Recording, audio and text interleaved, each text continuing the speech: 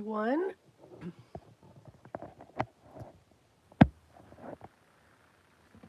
I hope we are doing well. As always, just getting some stuff set up.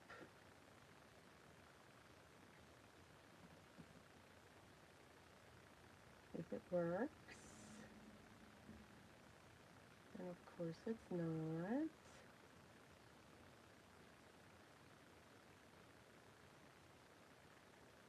Let's see.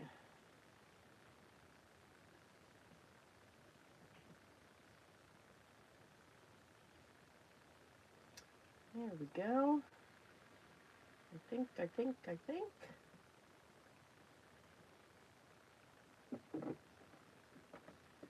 All right. Today it is about die cutting. All about the die cutting. That is what we're going to do today.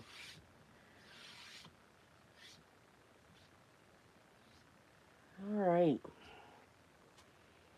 And we are going to focus on the recent release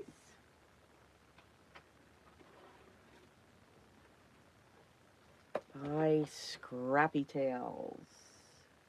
Good morning, Gwen. How are you? This is a kit that Sabrina created. And I believe as of this, it is still available.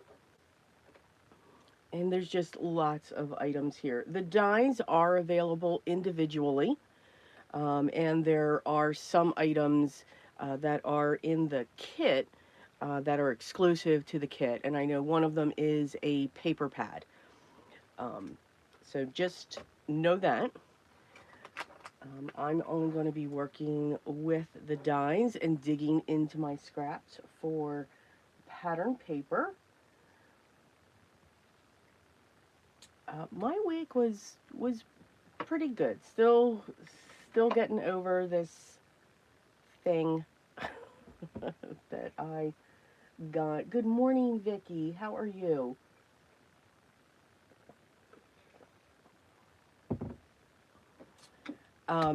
So let's just go over real quick the things that we'll be using. And then we'll give some updates, as always, and all kinds of fun. So here are some of the pieces. I may be pulling from them, but here is this awesome typewriter, and it is a pop-up. Is that not just adorable? Absolutely. Here are some flowers. They are layering flowers. Great for your stash because, at least for me, you can never have too many greeneries or florals that you can just tuck in places.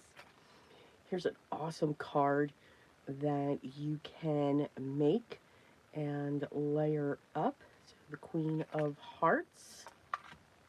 The magnetic sheets do not come with the dies. That's just something that I do. Here's a beautiful lock and key.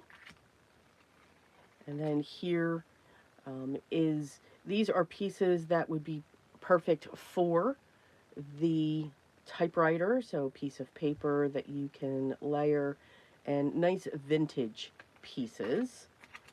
And then here is an adorable postcard that you can create with all kinds of different pieces. She even went down to, I just need to point this out, she even went down to clips for the piece. Just absolutely amazing with how her mind works. Kalinda, good morning. How are you? Cordelia, good morning. See, I'm here on Sunday. So as you can see, I did a good portion of the die cutting. So for this one, we're going to make a shaped card featuring the tags, or excuse me, the tickets. Absolutely, she thought of everything when it came to the ticket and how it can come together. Just awesomely, awesomely, awesomely. And then mini tickets. Who doesn't love tickets? Love, love, love tickets. So we're going to make a shaped ticket card. And then here is another pop-up. Um, and this we can make a box. And that's what I'm going to do. I'm going to make a box with this one. And dug into those Tim Holtz papers because wanted to give it just a vintage feel for the layers with a black base. So we're going to go through that. And then we are going to do some watercoloring. And I like to call it messy watercoloring. We're not going to get into, we don't always have to have those details. We don't always have to have those perfect blends. We're just going to have fun with our watercolors. Just enjoy them to add colors. Not going to worry about if we're outside the lines. Again, that's just messy watercolors. And we're going to focus on this image here. And this sentiment, I just absolutely love it. I was going to send a text, but this felt classier. Just saying. So we're going to have fun with that. And that's actually going to be the first card that we do. And that's going to be a 5x7 card that we're going to do. How could you forget your coffee, Cordelia? Oh my goodness.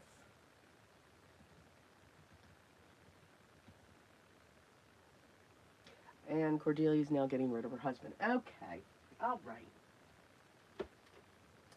Now. Doesn't he know your Sunday routine? So for some minor die cutting, I do have my Spellbinders Scout off to the side for just some of those little pieces that I want to add. I've got a stack of cardstock off to the side that we can pull from. But first, for those of you that may have missed it, I went live yesterday with Biddy and had a ball. We focused on the idea of masculine cards. So we just had some fun. I wanted to do some tangling onto the cards. So these are actually just two of the cards that I made. Again, using watercolors and chalks.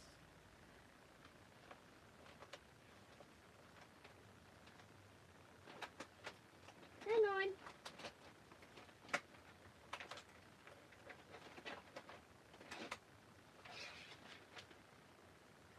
Just trying to find the third card, and I cannot. So just had fun with some watercolor circles, let it dry, and then just did some tangling inside of them. I think it's a great birthday card. And again, it doesn't have to be a masculine card. Anybody. You know, these colors are for anybody. This one had some fun with some neurographic art mixed in, added in some orbs for tangling, and then just had fun when it came to after the watercolors dried, just added some chalks to accentuate those colors. Love this sentiment, looking into essential oils. Which one is it that calms other people down? Chloroform? It's chloroform, isn't it? Yes. You know, sometimes we just need those funny sentiments. Absolutely. Yes. So just had fun with that as well. And then while Biddy was finishing up, I was just having fun with watercolors. And I just made this panel. Any occasion that you have. And this is something that we're going to focus on in our membership, just focusing using one color with your watercolors and just having fun. So that's going to be coming up. So if you missed it, please go see the replay. We had a lot of fun together, as always. I think when me and Biddy meet up, it's going to be very dangerous. Just saying. Just saying. But absolutely had a wonderful, wonderful time. All right, let's see. Cordelia, I do too. That sentiment with the chloroform, it's by Funny Bones, Riley and Company. Um, they're just, they're just funny, just funny. Remember, if you have any questions, put them in caps, um, and then I'll be able to see them just just a little better when it comes to that. Okay, so let's get started on our first one because it will be able to dry. I do like these cases. I mean, you can get any cases. These are by Spellbinders. They kind of hold all the pieces together, so it helps to keep me somewhat organized. Just somewhat. Not completely, just somewhat. I'll take any help I can get. Yes, absolutely. All right.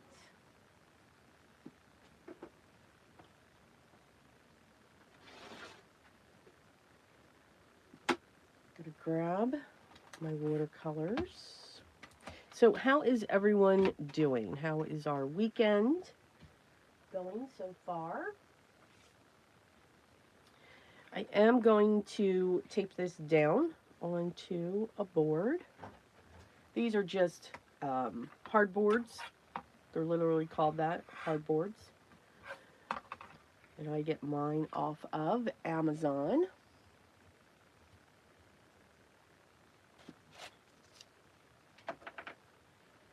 And I'm just going to use blue painter's tape.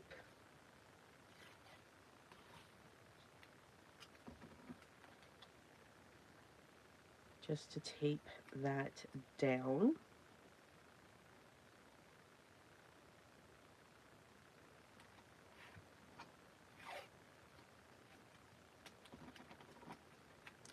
And just trying to have the same border that... Why am I taping this down already? I need to stamp the image. Wow. All right, let's put that there. Let's put that there. That's what happens when you think ahead.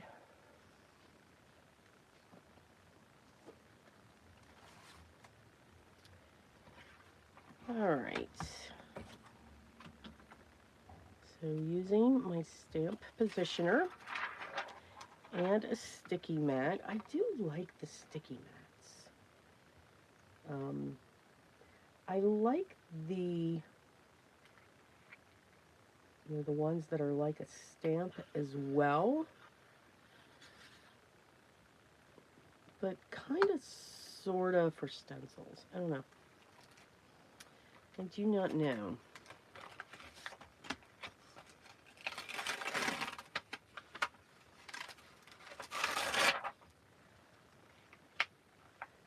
So like I said, we're going to use the large one and that sentiment that just intrigues me. That's going to go in the center, towards the top, and then this is going to go towards the bottom.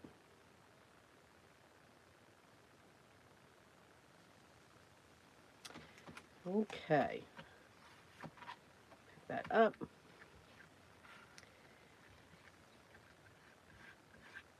I just condition my stamps by using my hand and rubbing on it.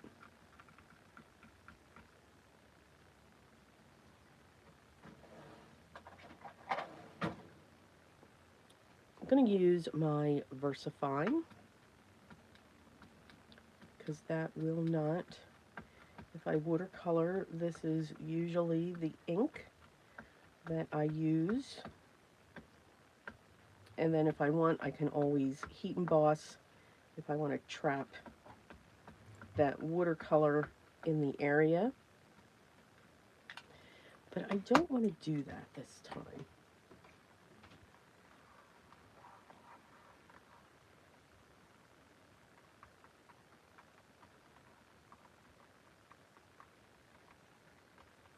I am using Canson XL watercolor paper.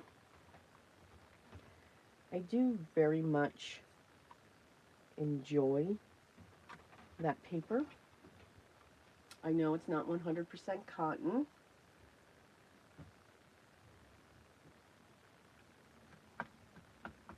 But I just like the results that it gives. I like the blooms.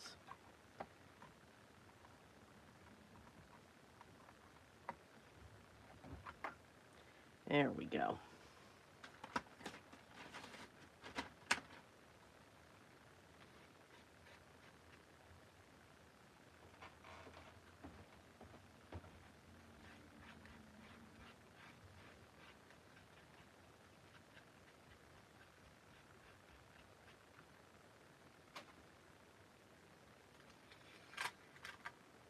So that is what our stamped card base will look like.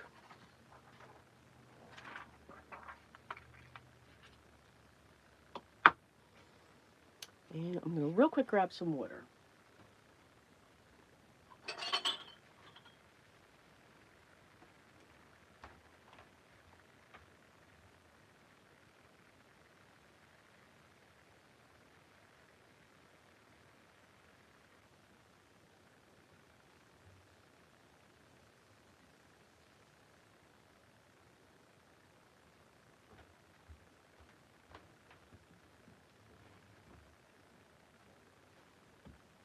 All right.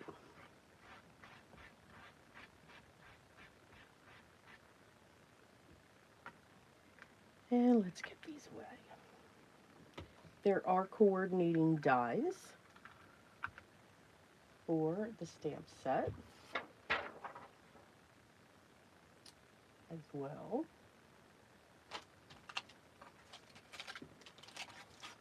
But as you can see, we do not need them.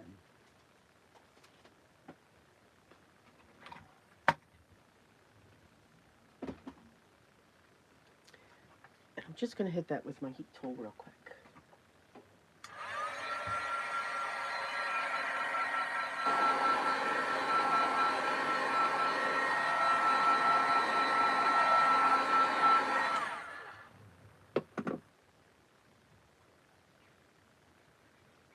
Linda, hello, how are you?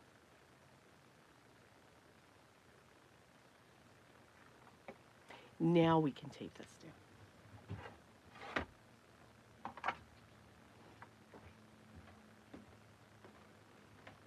And you know, I think I'm not going to tape it because I don't want to lose that. So here's what I'm going to do.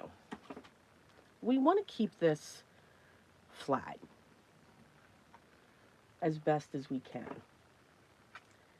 So what I will do, making sure I grab my water, I'm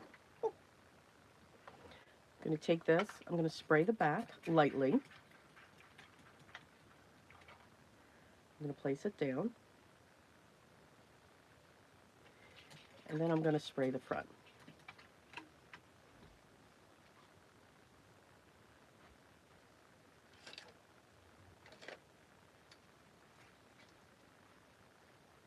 Going to grab a big brush.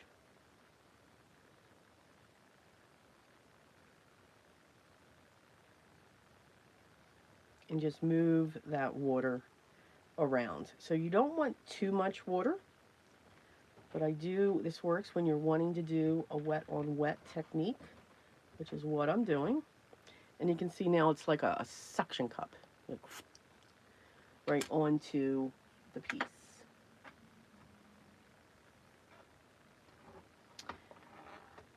I'm gonna pull out my QORs, my watercolors.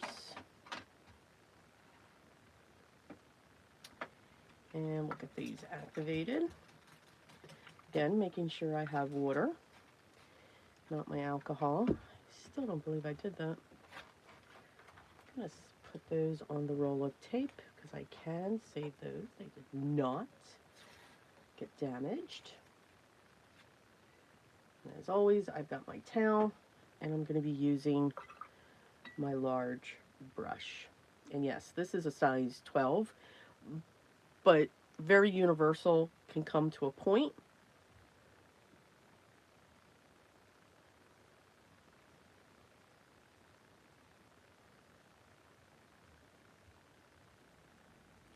And we're just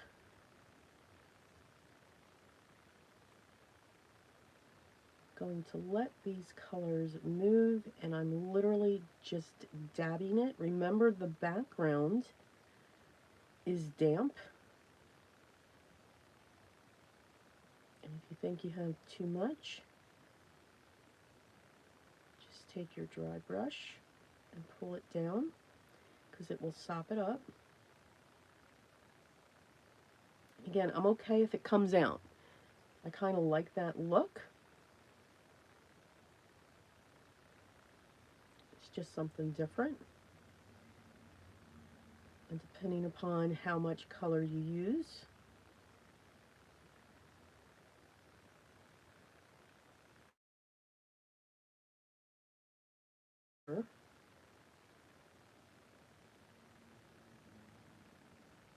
and the strength of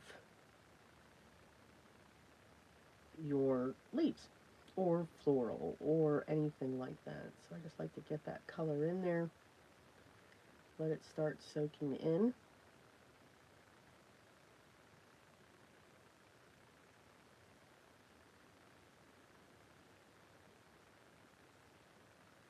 And I'm using the tip of this brush,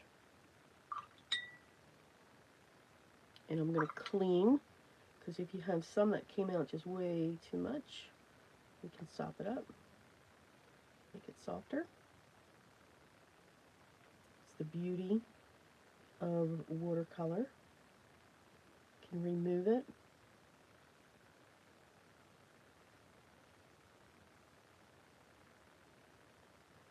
and soften the shades.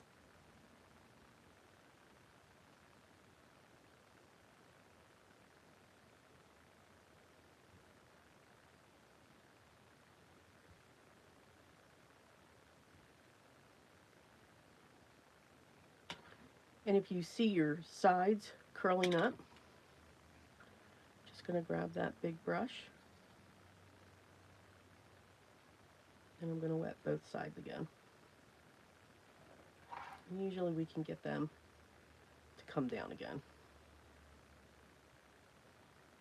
And you want more water underneath so that it'll suction through. Just like that.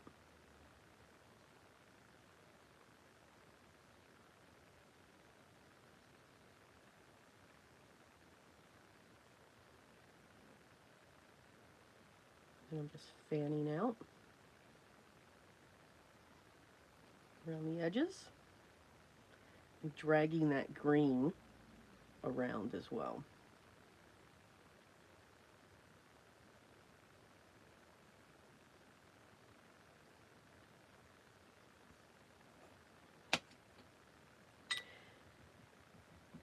For the flowers, I think I'm going to go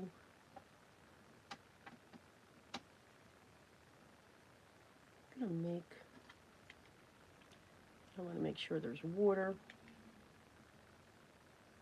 on my flowers. So I'm just touching a little bit.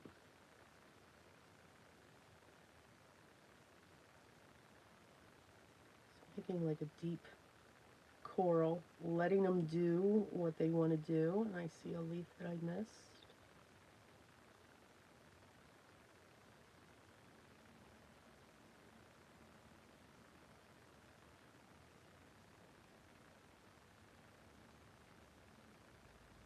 Just getting that base color down. Actually pulling for my one, because I don't want it to be that dark.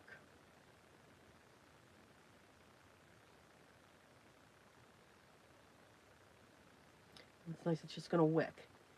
They're going to wick up from the top. And again, it's just a different look.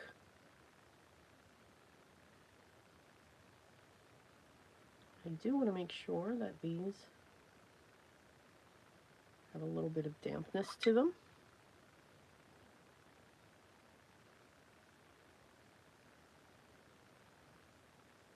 And I'm going to come in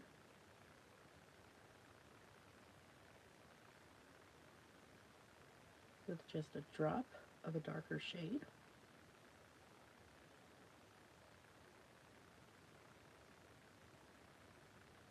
Because remember, we don't have any barriers. I did not heat emboss this. And the more drop that I put into the centers, the more it's just going to keep going. Remember, watercolors are going to go where there's water.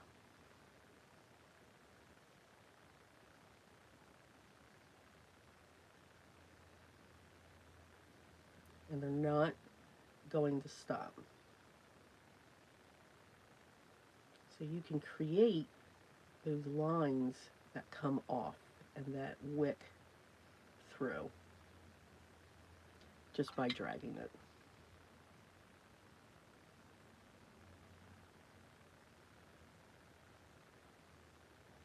And just letting those colors come up. And then what's on your brush, just let it come down to go through.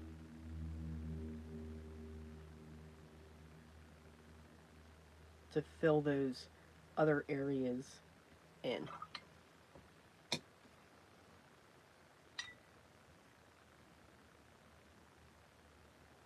And just if you want it smoothed out, just come in with your wet brush again. And it's just going to go. That is the beauty of watercolors. And I can watch that all day. I don't know about you. But I love watching what watercolors will do. And again, just adding that little bit of darkness down at the bottom. And then going in with an even darker shade on top.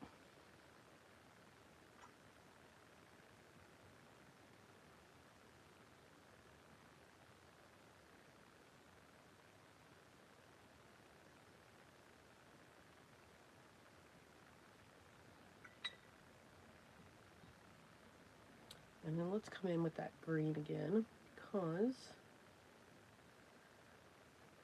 missed a couple leaves.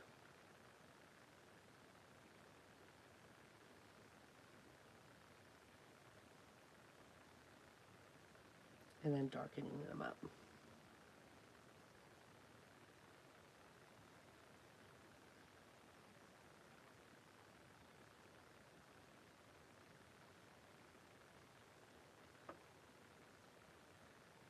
And still with the leaves, or the green, yeah, just trying to stay, I don't want it to bleed too much into the florals. I want that to stay down in this area.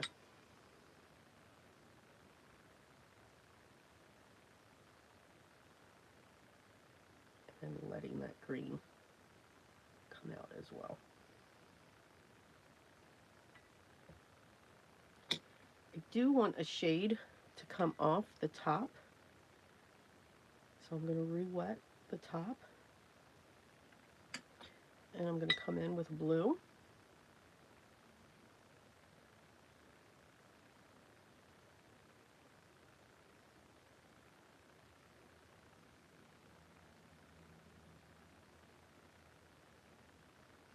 You can see it's starting to pull down. And I can make it pull even more.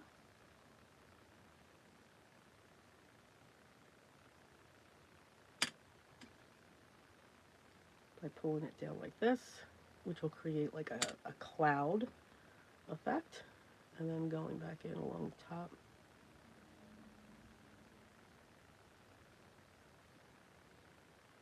And letting that come through, just for a touch of color. Hello, Lisa. Flo, how are you doing? Maddie.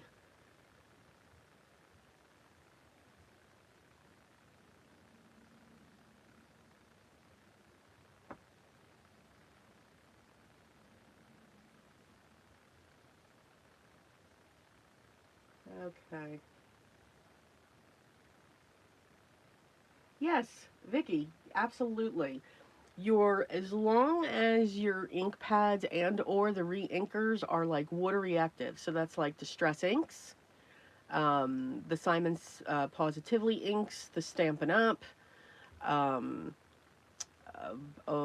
Catherine Puller, absolutely. Beautiful water palette. So you don't need to go back to have a set of watercolors if it's something that you want to dip your toe in and just have some fun with it. Use those, I have a hair. Use those re-inkers. Um,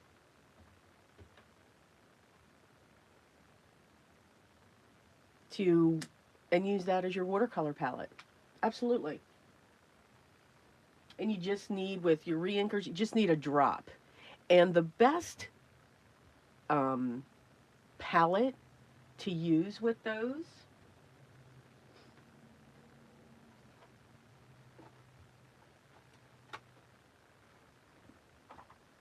is if you can find this. Because you can just put your drop in here and then just put your lid. No, don't tip it because it's going to be liquid. It's, if there's a thin film, it'll dry out and then you can reactivate it. But if there's a lot in here, yeah, don't tip it. Ask me how I know. You can also, when you sharpen, if you have the Distress watercolor pencils or any watercolor pencils, you can put the dusts in here and add water to them as well. So you don't necessarily need watercolors to watercolor. Yes, absolutely.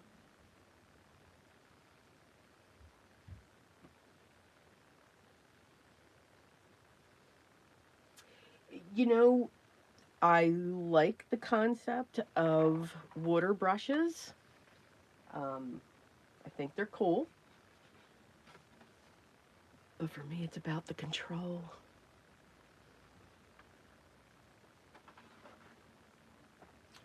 And I find with them, I don't have that. Um, all right, so I'm going to lift this up, and you can see it just pulls right up. And we're going to let that dry. So just very soft colors. You don't need to go crazy. And then I'm going to lay that on the board. Now, I'm sure it should dry flat, but it may curl up a little bit, but they always do. So I'm going to set this aside, and we will come back to that one.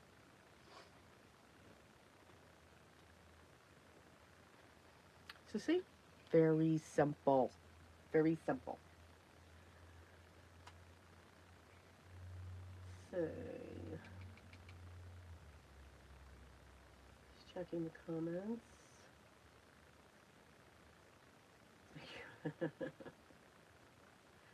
Maddie, you're funny.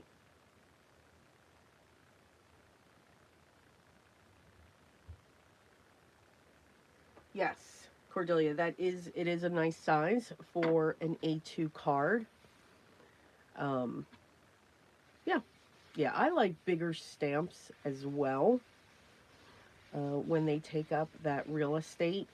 And I also enjoy the 5x7 card bases as well.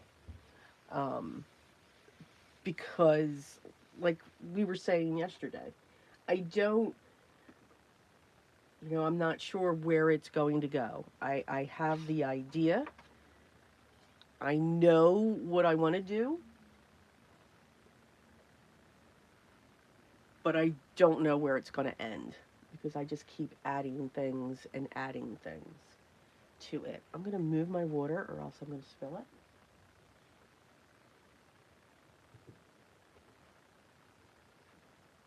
it. And I'll move my spray bottle.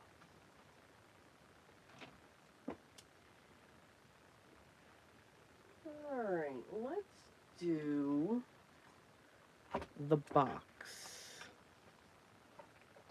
So this is really cute. This can also, like if you cut this side off, you can also make this a pop-up card as well. And I encourage you to always check out Sabrina's channel. These are all the bits here. And then again, these are the dies. Now there's some things that I will be die cutting. Wasn't quite sure where I was going to go with some ideas. But I want to get the base down. And that's simply by, you need 2 of these. And we're going to turn it. And we're going to add it just like this. So that everything comes up. And I'm going to use double-sided tape for that.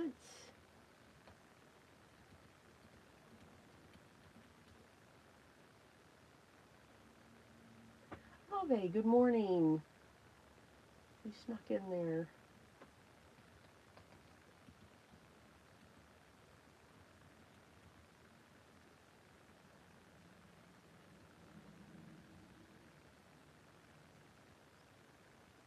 I enjoy watching Jill as well from Penny Black. And yes, she uses the re-inkers a lot.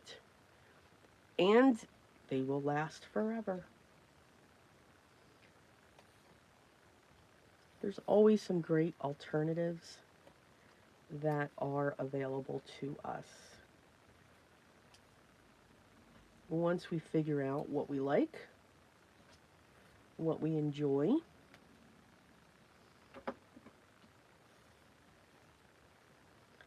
all right.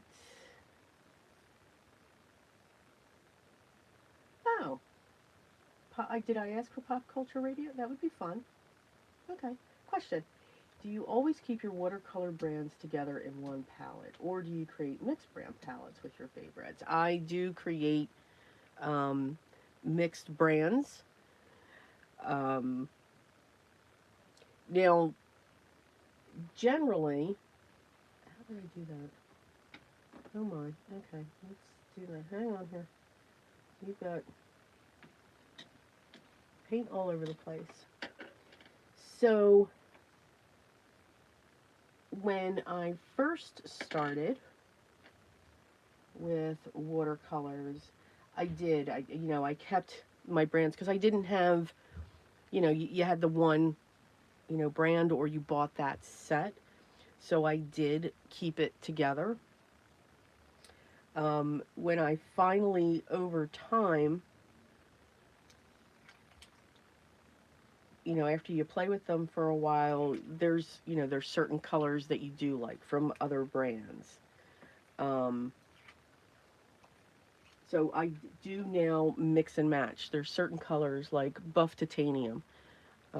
Absolutely love Daniel Smith's buff titanium. So that sits in my main palette, and that's actually also in my QOR palette as well.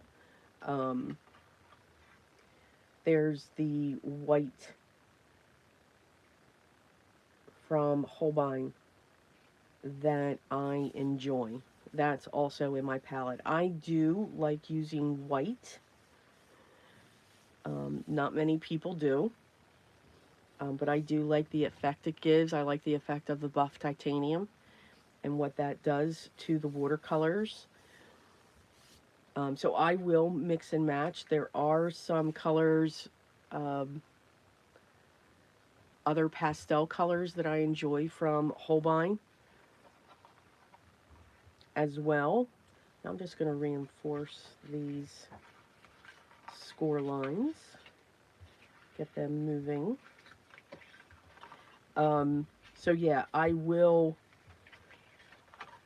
have one main brand like my Lucas, but then I've pulled two to three other companies in there as well, because the Lucas just didn't have those colors.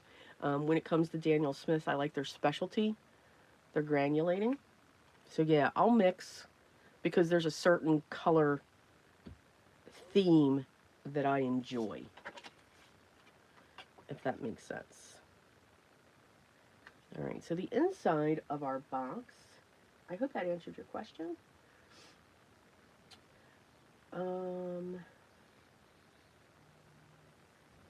Good morning, Anthony.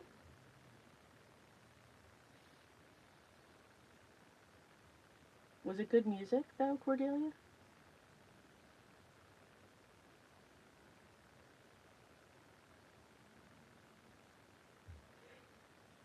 Yes. That's actually one of the colors that's in my Lucas is the brilliant pink. I am a huge fan of Opera Rose. Um, when that is mixed with certain colors, it's amazing. See, I knew I was going to need another one. Um, it's just really amazing for the colors that you do get. So the inside, I'm using the Tim Holtz palettes. And I need to die cut more. Of course I do. Why would I not?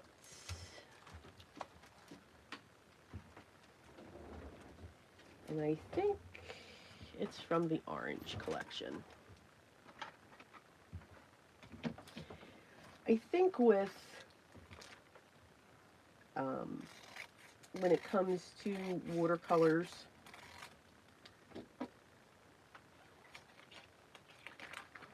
what's great with them is you can buy them individually to see what colors you do like and what colors you don't, what brands you like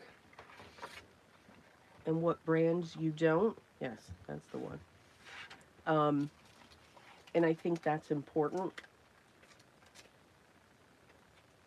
I think that's important with any type of media that you're going into, and 9 out of 10 those medias or mediums, sorry about that, you can do that because you can buy them individually.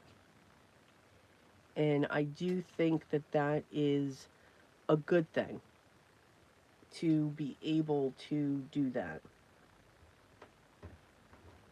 Because you can pick main colors. Remember, in watercolors, you don't need to have every color. You know, have a cool red, have a warm and a cool red, have a warm and a cool blue. Same thing with the yellow. And those colors, just those alone, will give you every color that you need because you can mix. And I enjoy mixing very much. All right, now I'm going to come in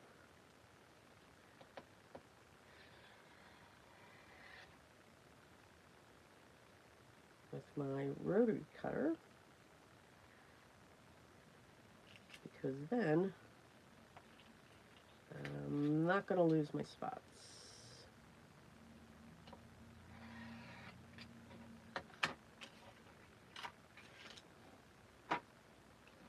And you can try things out. Because then once you make your decision on what you like and what you don't like, you didn't make that full investment. I hope that made sense. And you can do that with any of the, we'll call them higher end mediums. Because you can buy individual.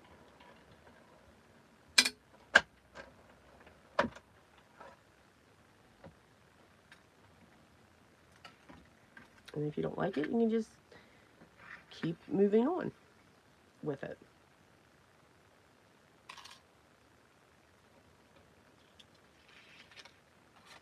Because there's so much out there. There really is just so much out there that can be played with.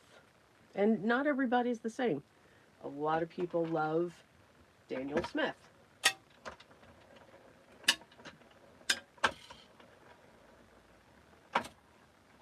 not that I don't like Daniel Smith. I'm just not fully there with it, I guess. It's not one that I gravitate to. Oh, look at that. I almost did that. I like the Lucas watercolors. I'm a fan of those. And Mission Gold.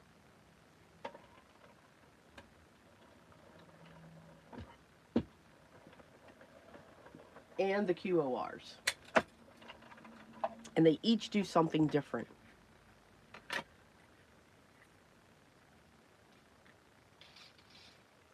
QORs, because of their makeup and the binder, they move differently.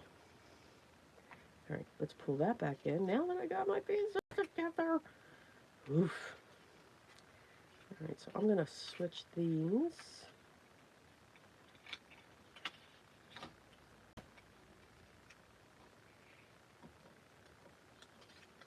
And then we'll put that there.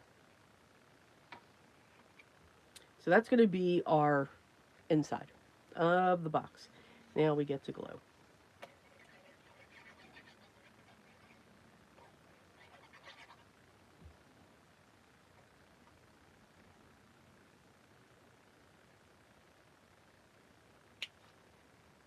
So what's great with Sabrina's dies too is she gives you all these layers. You don't have to recut your pieces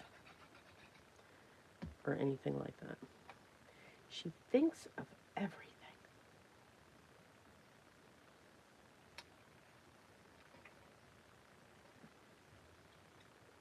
And by just getting your score lines moving, you know where you put your pieces in the center.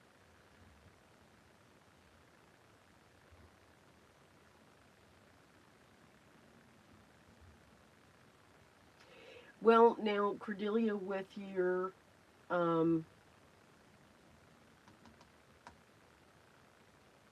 with the Gansey Tambi granulating, did you use a lot of water?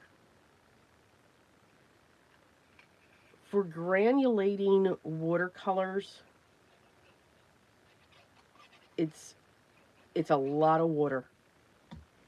If you don't use a large amount, you will not get the effects that you're looking for. And sometimes that can make it frustrating, because I was one of them. I realized I was not using enough water. And the amount of water that you have to use, you're going to say, wow, really? But yeah. I love to use, or I find I use granulating when I do those abstract pieces. You know, where you just tape something down and you just keep adding your colors to them, and anything like that. So if you didn't, try it again. Try using more water, a ridiculous amount. And then you'll see the granulation, and then also make sure you're on a textured paper as well, because the granulation is going to go into those textures. So at minimum, a cold press. And with any paper, one side is sometimes smoother than the other. Make sure you're on the rougher side.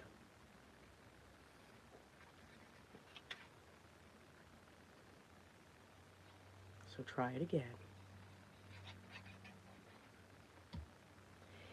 Just because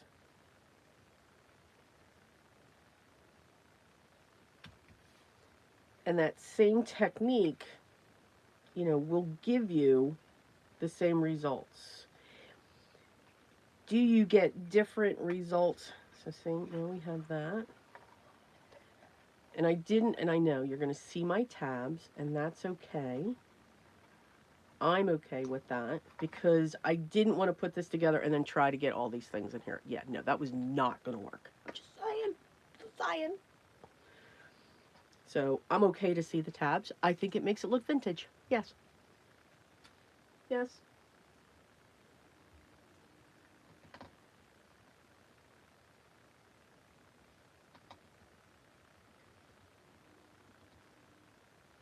They are, and again, so the Ganzi Tambi, yes, they are great watercolors, but they're not. There's a difference between those and, let's say, a QOR, even Crayola. There's a difference between the two. All right, so now I'm going to flip this over. No, I am going to put this together now because I need to make, no, we're not going to do that. All right, so we're going to flip it over. And I know I'm going to have to make another cut because I was not thinking when I did this. And I can't find, I found it. I'm loving these palette collections too. Oh, Vicky, have a good one. Take care. Where's my red?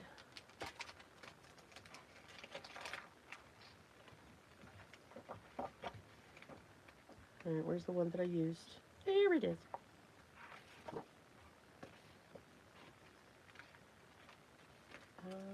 So yeah, they are different. Are they good watercolors? Yes. I like the effect that they can give, but they are more opaque when it comes to their colors. Yes. They just give a different effect. Best way I can explain that. They give a completely different effect.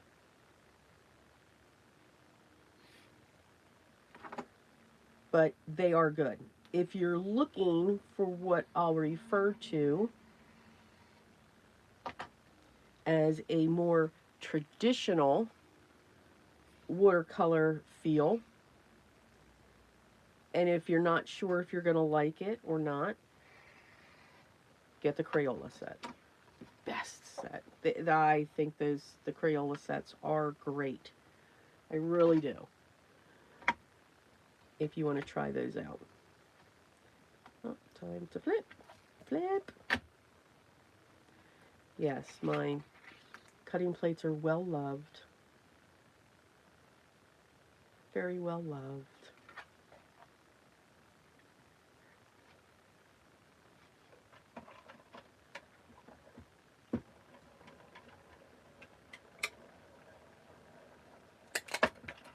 So again, just know they're going to give you a different effect.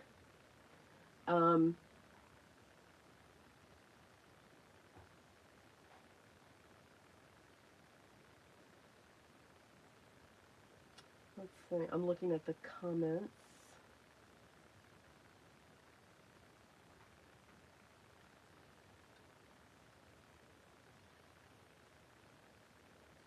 Um, and Maddie, they are. They're close to a gouache. So if you're Anthony, if you're looking for something that's bright, vibrant, yes, I do enjoy the QOR set. It is a very vibrant color palette, and then I just add Payne's Gray, Ivory Black, Titanium White, Buff Titanium to it. Okay, silly. Now let's stop shifting. I'm here. Okay. All right. You're making me do it.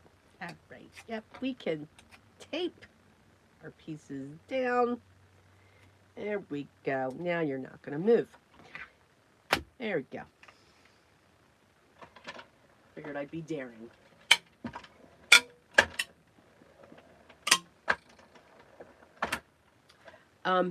So yeah, so I do enjoy QOR just for that fact, but what I really enjoy about the QOR, which is now owned by Golden, is their that binder. They do move differently than a traditional watercolor, but I love when they move. So they are great, and they're reasonable. I mean, they're within, you know, the price of it. So yeah, it's a good palette, Anthony, if that's what you're looking for. Um, for Altenew, I've heard mixed things when it comes to Altenew. I know their very first palette that they came out with, the one in the white case. No. It's got a heavy white binder. But if you like that, then I recommend it. Their colors are bright. The colors move like a watercolor, but it is a heavy white base to them. Then they came out with their pan set, I think of 24. That came out next. I do like those. They're more traditional. I have not worked with their tubes yet. I don't know if I'm going to, honestly. But again, I've heard good things about them. When it comes to, my husband is all excited. Oh, he was just hop and skipping through the house. He's going to play golf today. Yeah. In my area, the golfers have not had good luck. No, they have not been able to golf all year round.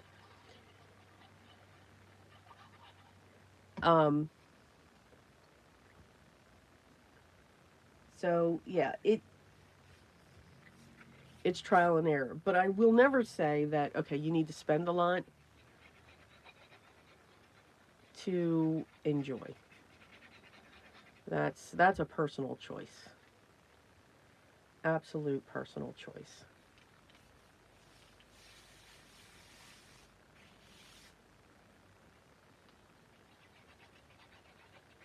Lots of gluing.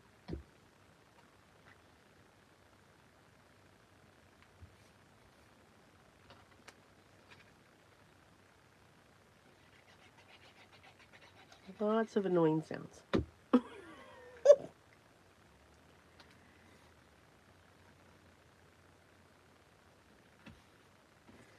And our last piece, let's see.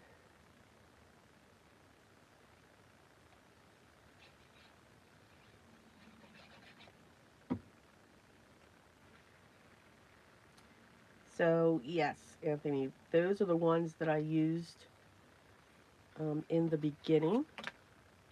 And by adding those layers, that makes that stronger. I did also use a 110-pound black.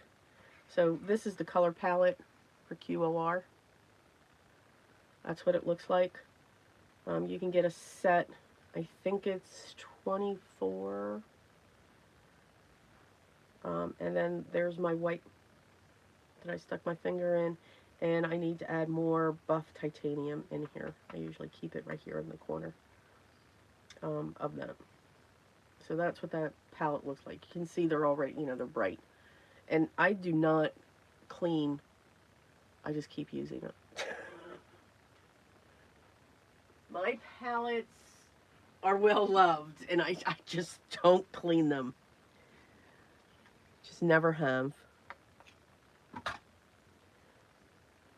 But also, Anthony, if you've got re-inkers, we were saying this in the beginning, they make great watercolors.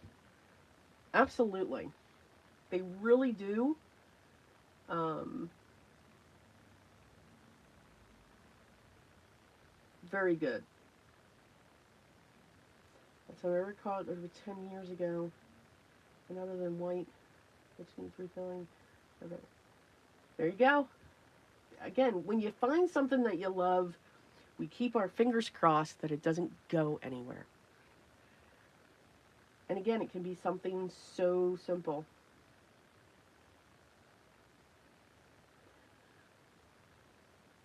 Okay, well, you can always edit out the bad language, Cordelia. Yes, very much so.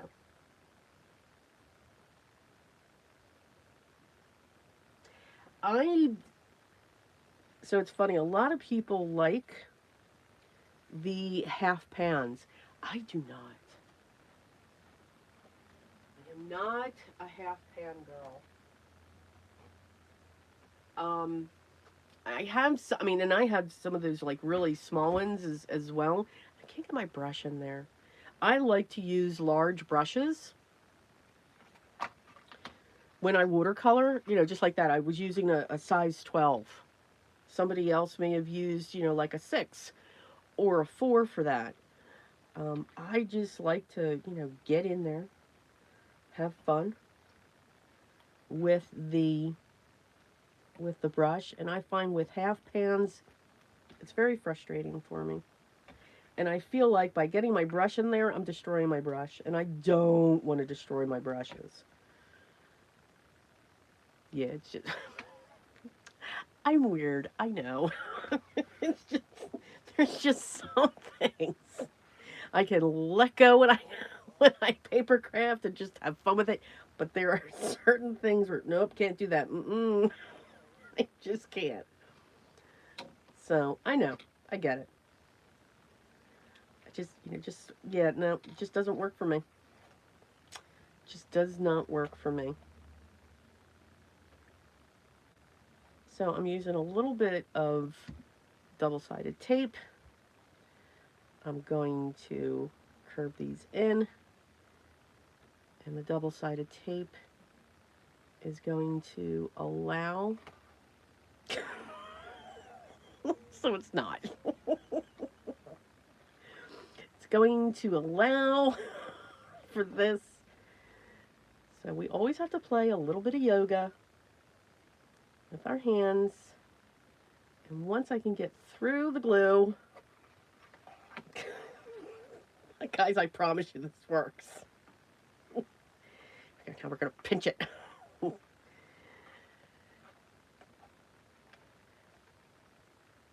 Okay, so we're going to hold this just like this. I'm going to check out some comments.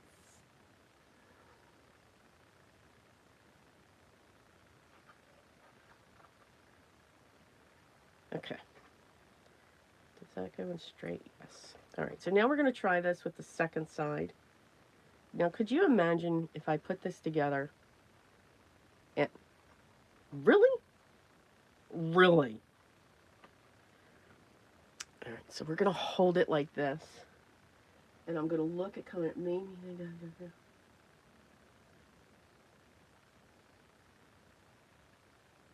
I would have too, Flo. That's why we say our videos are not made for kids.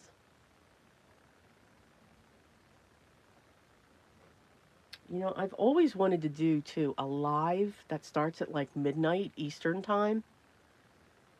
And then put a disclaimer on it that there will be drinking. Language. Enter at your own risk. Okay, I don't know why. Is that tape bad? Very odd. Very odd. I had this happen before.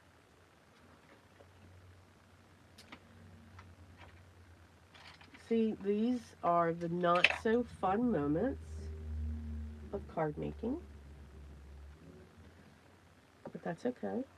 because we work through it. We breathe. And I believe we are going to see the sun.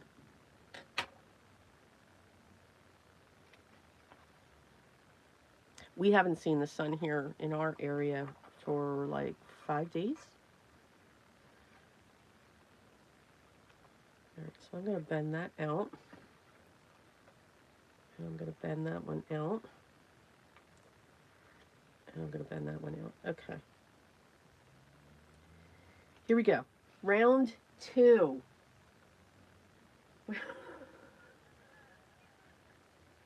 You know, it took me a while, Flo. It took me a while to use my paper. It really did. But I am loving, I am loving, of course, you know, the Tim Holtz palettes. I am getting them in both the 8x8 and the 12x12. And I have this idea, oh, here we go again. I have this idea, maybe if I don't put as much glue, for the 12x12.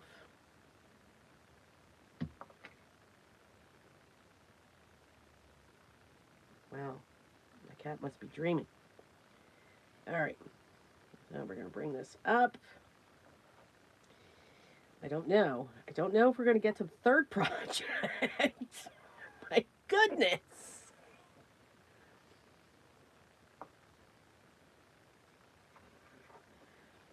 All right, so my hands, and then we're going to come in. We're going to do this.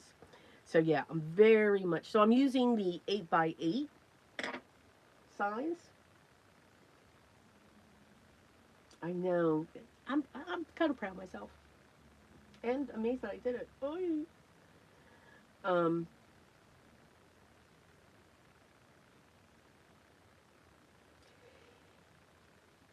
you know, I still do it too, Flo. There's some things where, yeah, no, I can't. I know the project I want to make. I know what I want to do. I just can't bring myself to do it. So again, I'm holding that down, and then I'm coming in and really pressing with, with my point of the bone folder that I'll cut into the paper.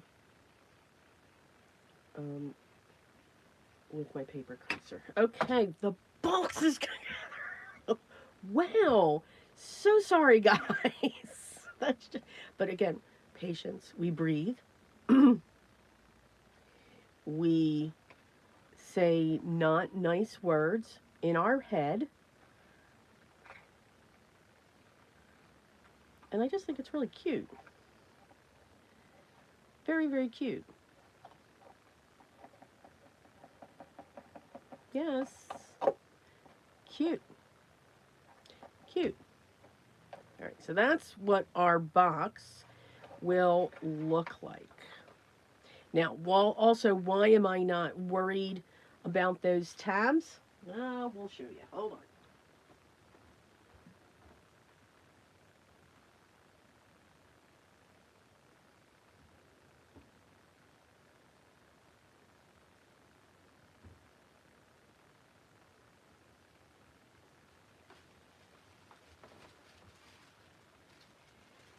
Because since it's a box,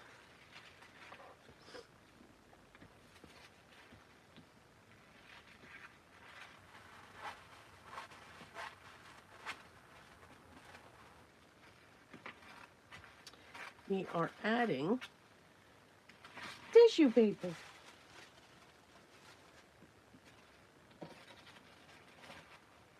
Okay. Yes, I crumble my tissue paper up first, and then we can just put it in there. You see? Tabs aren't seen anymore. Yeah.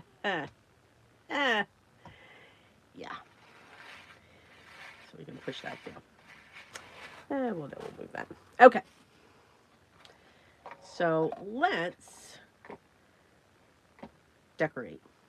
So I have some, and again, I'm using just the base of her dies. So I'm using the stamps And I have all kinds of stamps here. Now, you can also put something here on the bottom. But what I'm actually going to do is I want to put that down there. So it'll be like a little surprise. I'm here. Because I have this piece. And when you cut that out, you've actually got the pieces that, you know, go in there. But I'm going to strengthen this up just a little bit. And I'm not going to use, I don't want to use that die.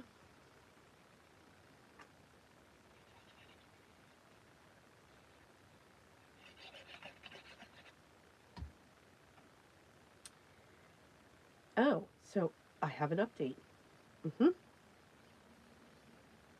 And then we can get back into the questions.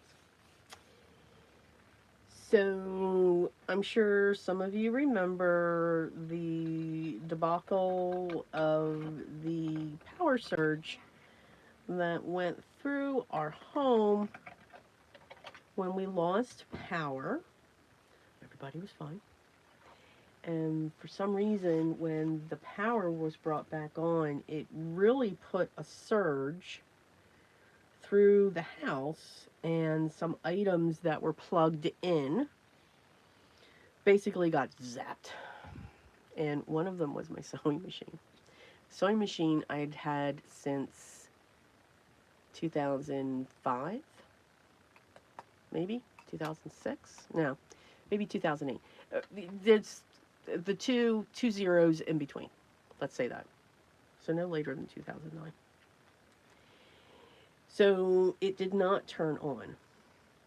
It would not turn on. So in the meantime, I did get another sewing machine. You know, again, I do some sewing. I do still sew quilts together every once in a while. I don't quilt. I send it off to be quilted because I just don't have that space to do that.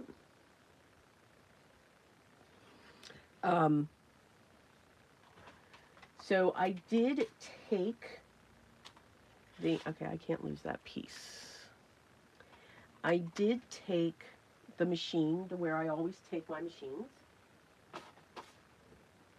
to get maintained, you know, clean them up, get them serviced and all of that. And I said, look, I'm just curious. I don't know if it's just a fuse, because the machine I had did have a fuse, had a couple of them, but I was not going to find them. I was tempted, but I said, no, I'll make it worse.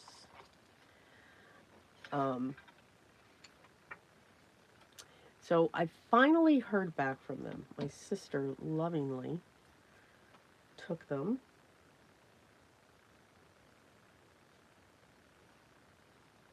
to where it needed to go. And it took about 4 or 5 weeks to find. And they were really sad because they didn't know how to tell me, yeah, no, it's not going to work. We cannot, we're not able to fix it. So what it did was it was computer based. And what it did blow the motherboard. Yep, I use that term. It blew the motherboard of it. So, unfortunately, it was very upsetting. But yes, we had to let that machine go. And we did. So I was glad I did get another one in the meantime. So, yep, there's the update on that. So we're just going to put that there. And we do have some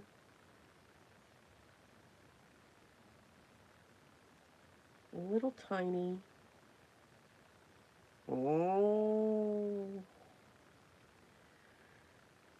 Oh, Sabrina. She does great with these. So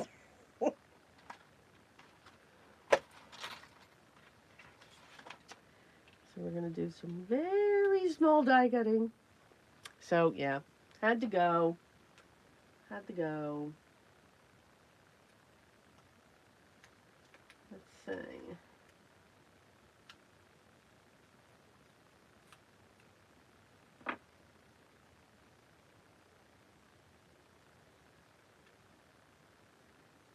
Yeah, the white case, Anthony, I know I'm getting caught up on comments here.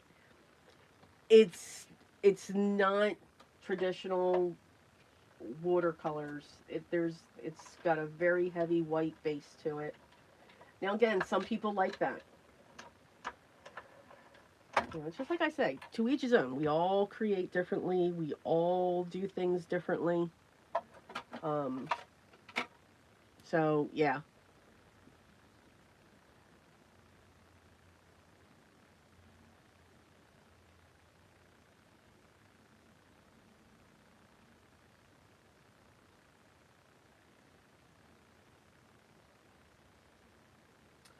Are you? Yes. Are you talking about this one, Maddie?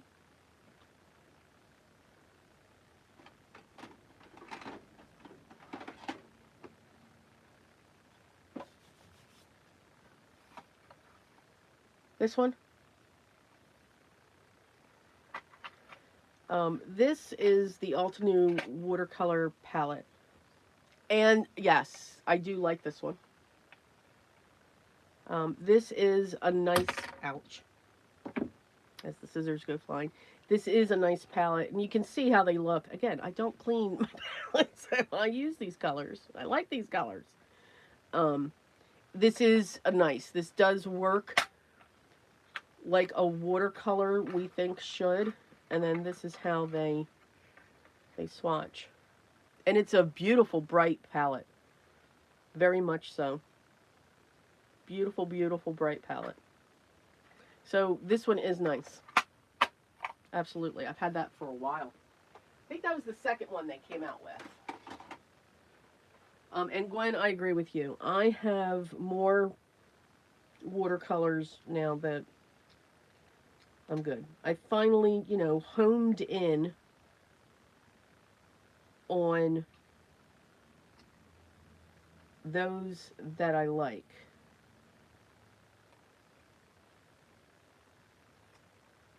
Hello? There we go. Oh, that'll be fun to put together. Okay. It's like a puzzle, die cutting, right? And again, I say again, die cutting's not for everyone, but I love it. I love it. It's like this awesome, absolutely awesome puzzle that you put together, and you don't know what it's going to look like until you put it together. All right, we're going to need my third hand.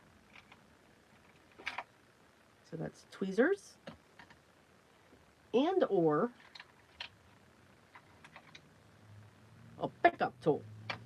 And we're just going to leave those there because if I don't, I'm going to lose them. All right, so let's start with the first class. I know you guys probably, of course. Let's try that again. And I think for this,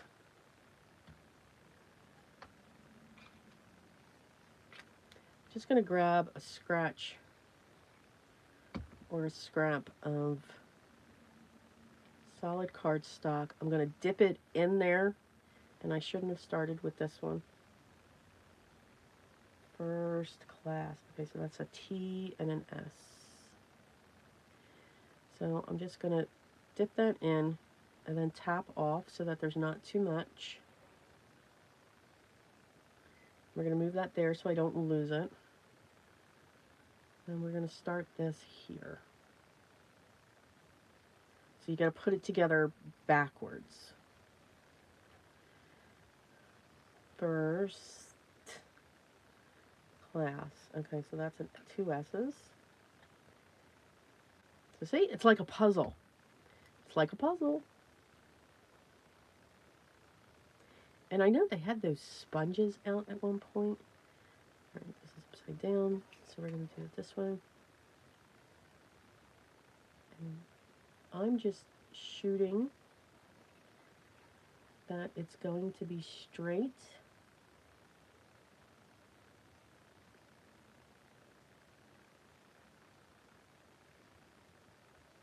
And that should be an R and an A. You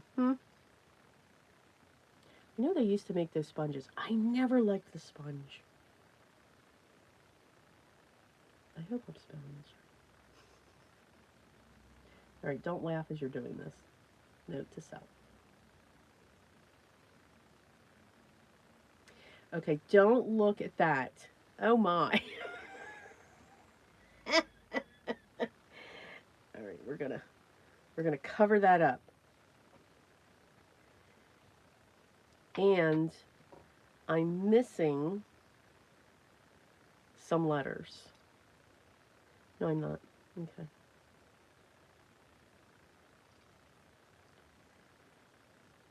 All right, I'm going to cover that up.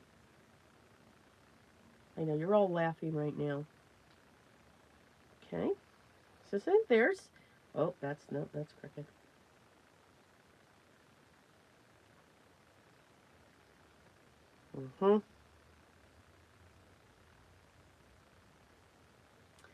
Too funny. And again, just dipping in and then coming back. And we had a moment of an inappropriate word, so I apologize. There we go.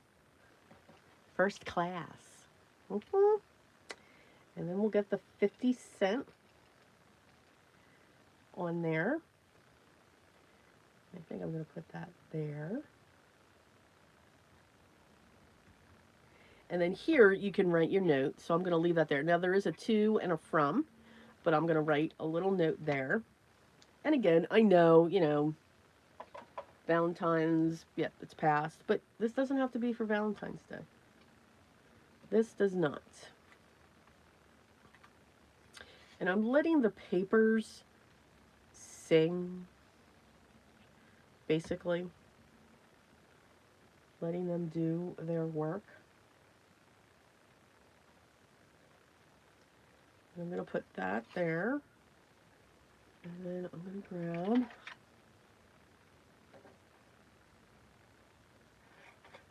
these.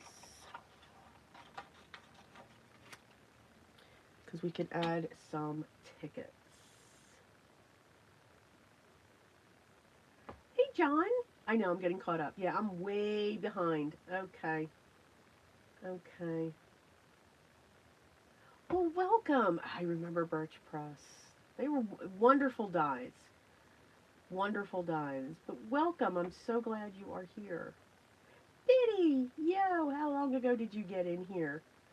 Oh my goodness. Let's see. Okay, I'm getting caught up. Yes, good purge. I'm with you.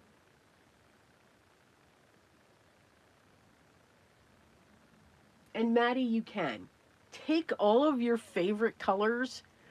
Like, I forget, I think I finally found one of my favorite colors in anything. In watercolors, colored pencils, and I think we were all introduced to it by Vicky, whose last name, nope, not gonna try it. I'm gonna grab a small hole punch. Yeah, I know, I'm nuts. And I'm sure I'm gonna say this color wrong. Is, oops, what is that? Caput Mortem. I am a huge fan of that color. Absolutely love it. I love it in the pencil. I love it in the pastel chalk. And I finally found it in paint, in watercolors. So I was very, very excited for that. Very excited. So there's nothing wrong in mixing up your palettes to your favorite colors, what your color palette is. There's nothing wrong with that.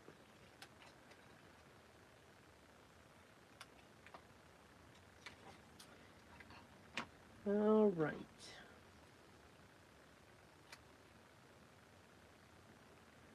And we're just going to add a few tickets.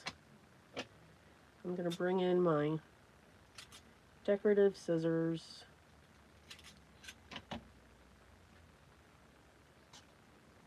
The sun is out. Okay, I need to look out my window for a minute. Oh, she's beautiful. Okay. It's been a long time. And then if you just take the little corner of your just Dollar General hole punch, works awesome. Can make it look like a ticket.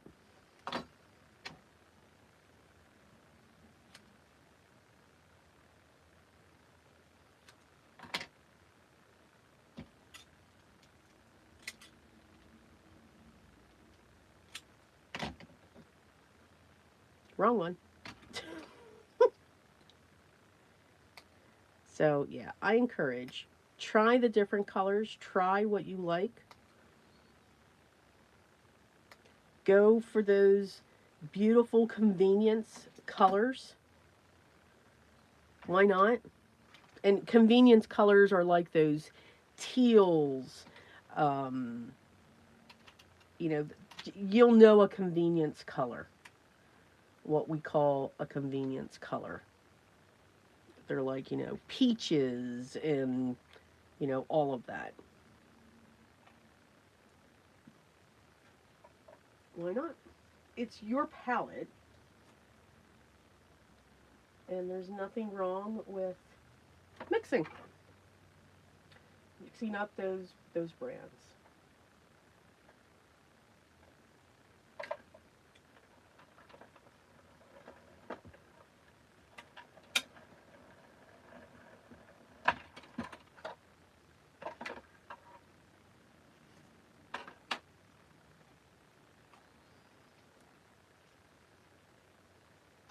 This is another reason why I am just loving these papers as well, because you can fussy cut them, you can fussy die cut them. It's awesome. All right, so now let's have some fun. And see, those little pieces came from pattern paper. So we can do that. I have no idea what that was. Something just fell. And then we can do that. All right, so that's what we're going to do. We're going to carefully lift that up. And we're going to carefully put these down. And we're going to do that. And I don't push down until I know everything's in place where I want it. Because then once I push down, that means I'm committing.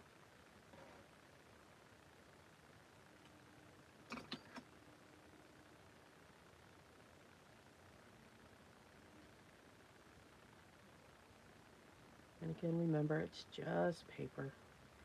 Everything will be hidden. All right, now we're going to commit this. So this, we're going to glue that down.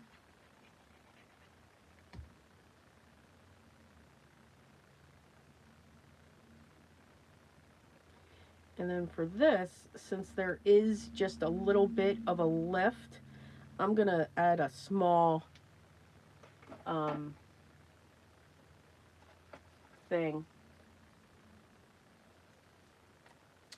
Um, Double-sided foam square. Well, okay. Brain. Not sure if it's working today.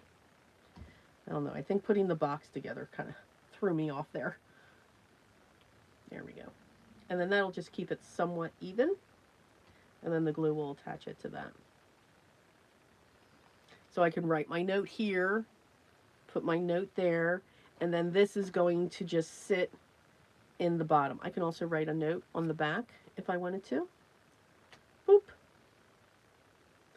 So that'll sit down there. Not, now you can glue it if you want, but I think it's cute that this could, you know, come out and they can put it up on the thing and all of that. So we've got that, and then our tissue paper will, you know, go in. So it'll be surprise. Yeah. Okay. All right. So let's add. I'm going to create. I'm going to keep the box like this. Now you can certainly keep cutting these and putting them up on here to, you know, add your, we're going to do that. But first I want to work on this.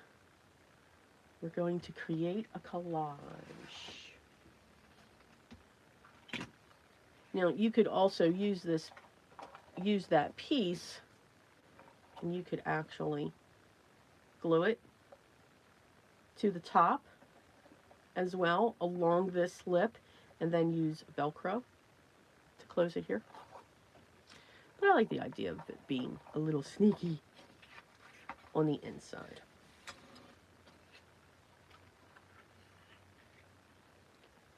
Alright, so let's glue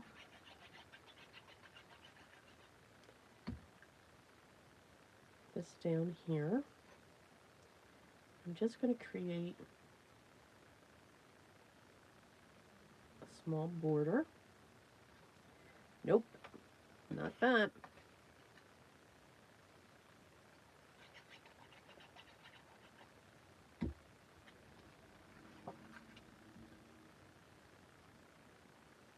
I'm going to pull it up. I just want a small border on the side, and I'm going to cut this piece off here so I don't make anything worse. All right, let's get caught up here.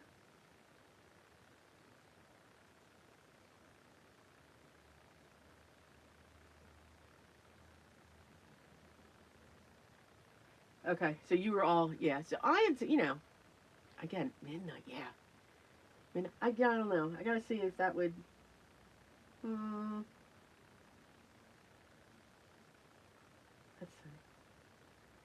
Many make it, whatever. Yes, I like sap green too. Sap green is good. I also like the, like, yellow green. It's like it's a beautiful olive green, Maddie.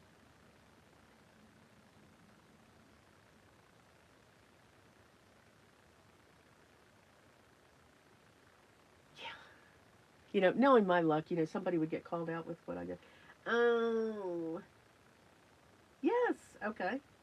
Parchment paper does great linings and perfect for cookies and brownies and stuff like that.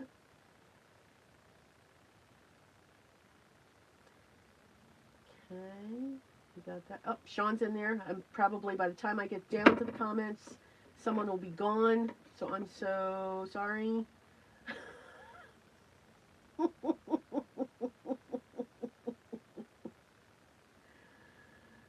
Okay. Yeah.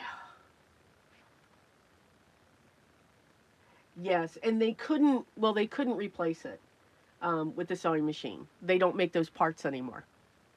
So, it didn't. Couldn't get it fixed.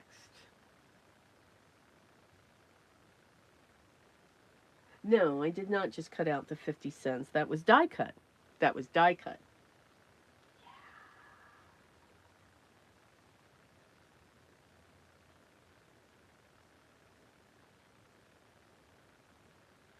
Your Ulta new tin is silver. I don't recall a silver one. I'm sorry. Where are you moving? I've been using Mission Gold for several years now. John, Mission Gold, one of my favorites. Yes.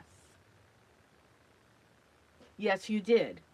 Yes, you did miss the misappropriate word, but if I show it, can you see it? Yeah, because you have to go backwards putting that together. Just, okay. Let's not dwell on that.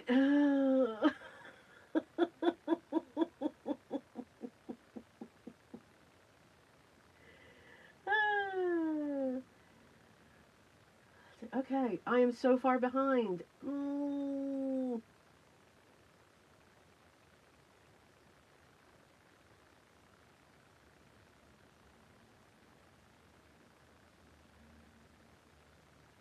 Okay, I think I got caught up. Yes, I enjoyed your live as well, Anthony. So I need to get another moderator here.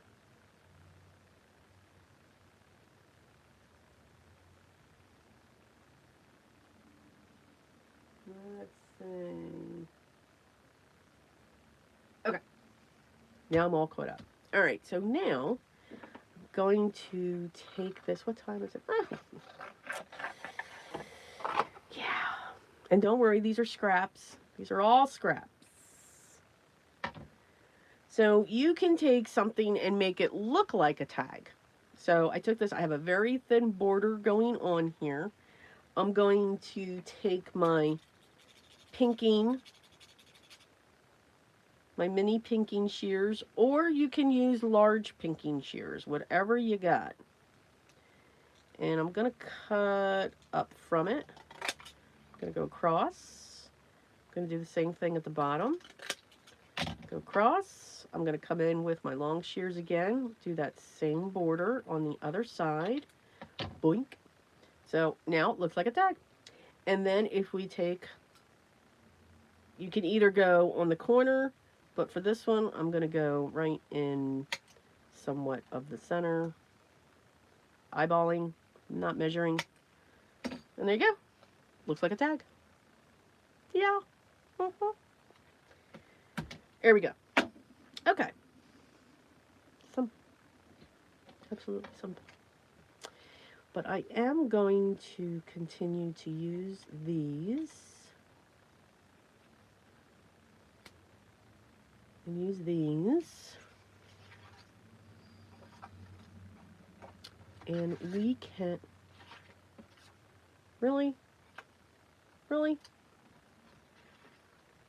With my scraps, I don't have... Okay.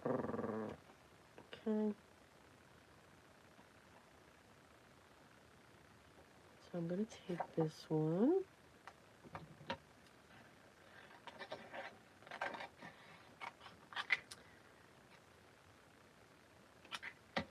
And we're going to do that. What's on the other side? Nope. Yep. We can have fun with this one. Because we can do that. And we're going to keep that piece together.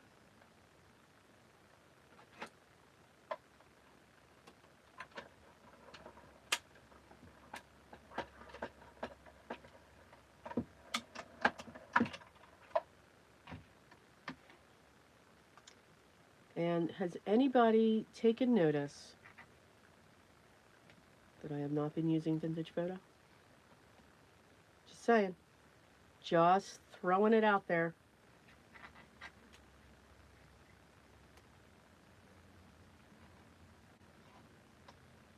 Yep. Miracles can happen. Just saying.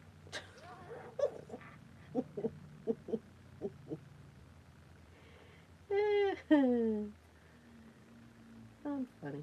At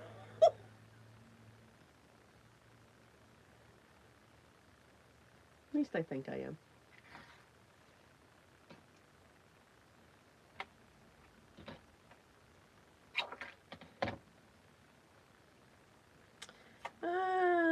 No.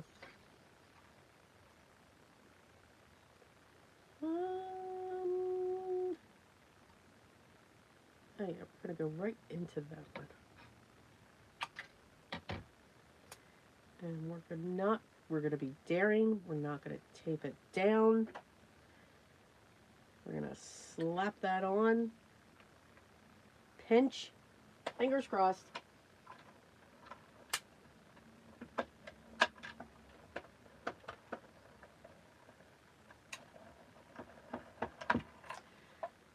Okay.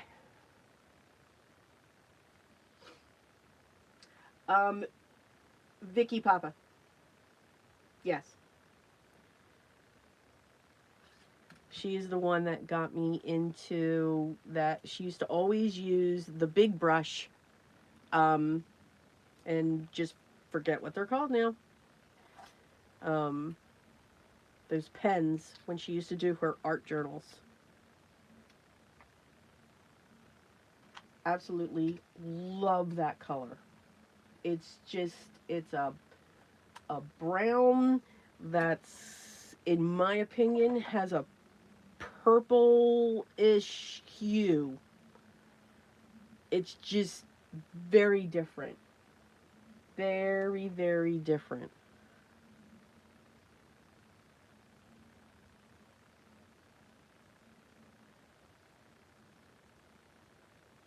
Okay, that says postcard. Alright, so let's get these layered. And I'm going to pull a die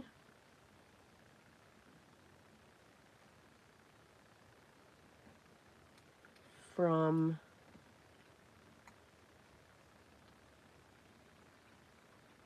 the ticket. A sentiment die.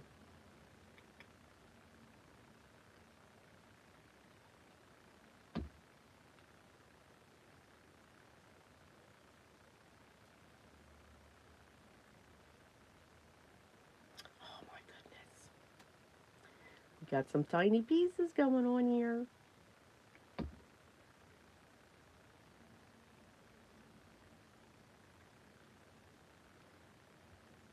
Oh.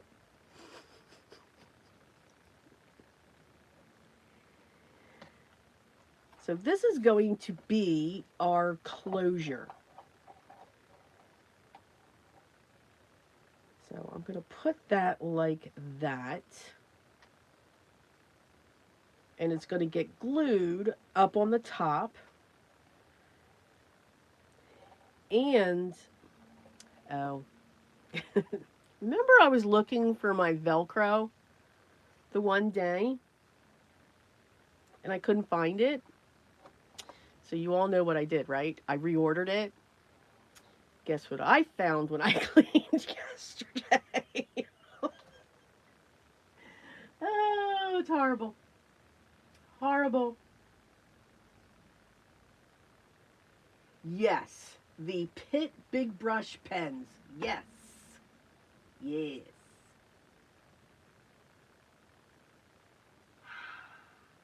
Oh, Lisa, have a good one. Oh, and I sent you the email, so check that out if you're still here. Yeah, I can't find anyone selling Girl Scout cookies. Right? I know. Shocking. Absolutely shocking. I cannot find anyone selling Girl Scout cookies. I cannot believe that. Let's see.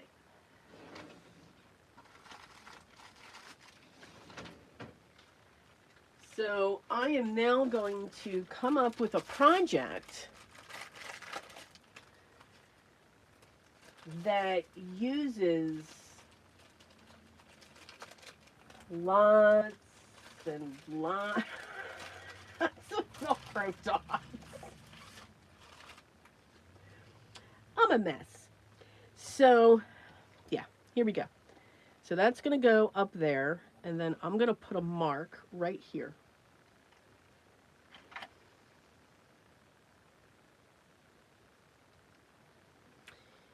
And we're going to get our Velcro dot on there.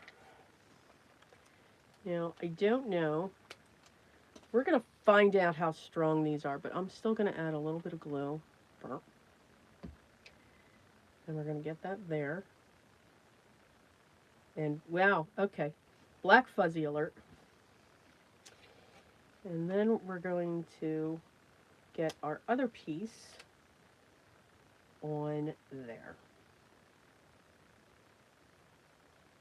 Okay. Mm-hmm. Now that's going to lift that up a little bit, and that's okay because I will put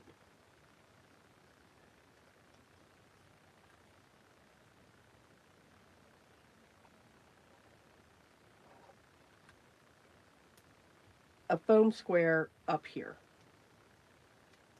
And I am going to get these in place now. I know I'm living dangerously here. And that's going to go like that. So, to make sure I have good heat, I'm telling you, the paper creaser is a wonderful thing because I can get this up in here and then push down on my pieces while I'm pushing up this way. This hand's going down, this one's coming up. Now, before I fiddle with this, we're going to let that go. We're just going to let it mold. Let it work. Yep. Now, all of these pieces are going to come up on top.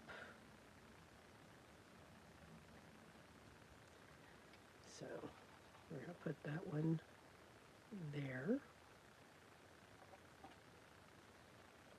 We're going to put that one there. Like that.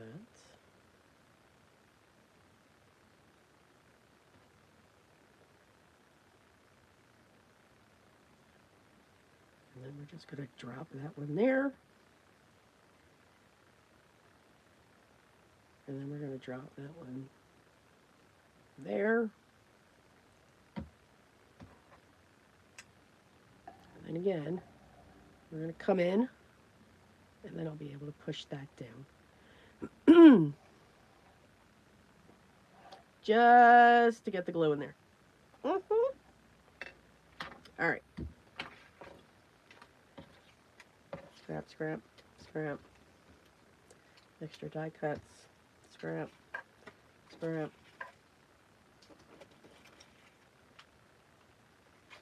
I've got to find a section of my desk. Just saying. There we go. All right. Scrap.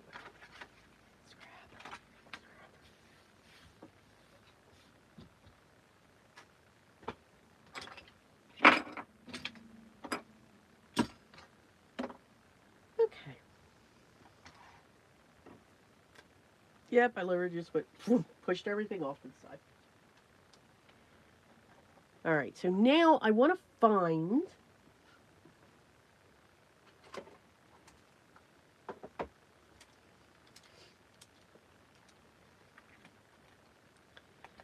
there's got to be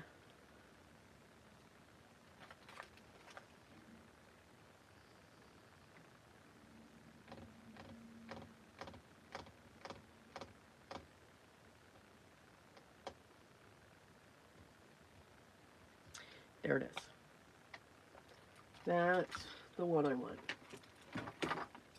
Yes, yes, yes. No. Yes?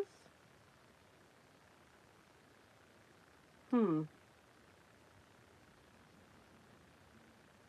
Hmm.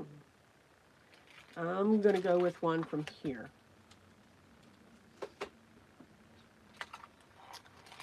It's that one.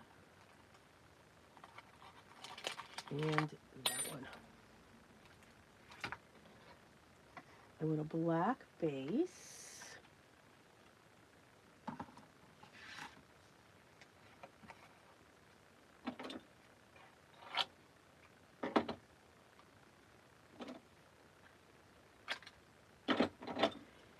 And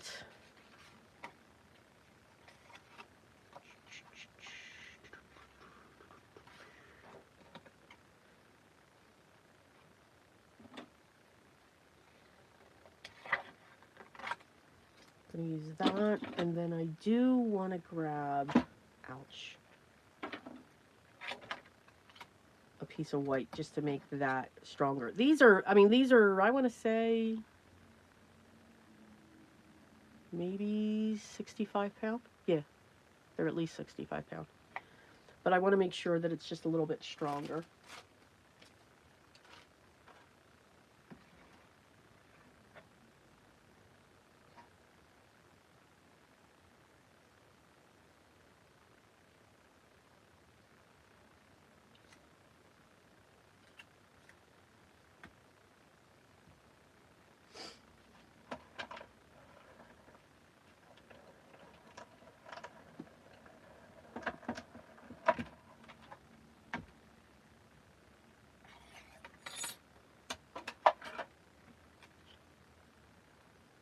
Oh, please come out.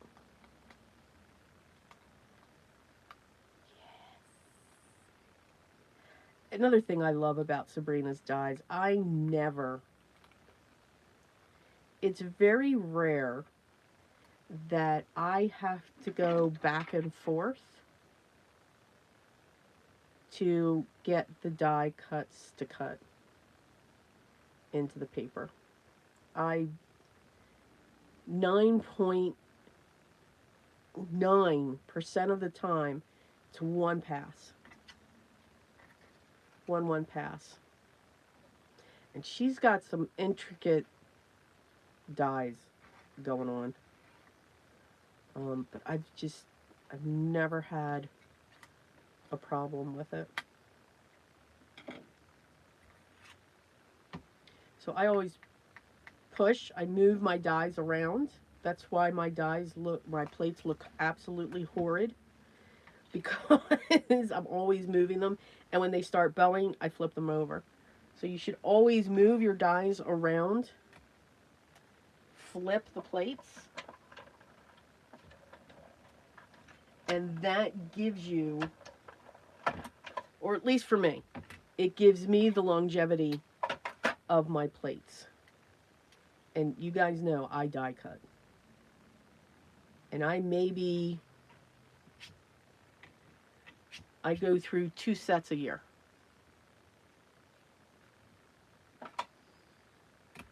I will use 1 set of my cutting plates alone for the craft showcase. But I can, with all of that die cutting that I do, I can get through 1 plate set. And by the time I'm done, they are so bowed. I'll have to show you next time.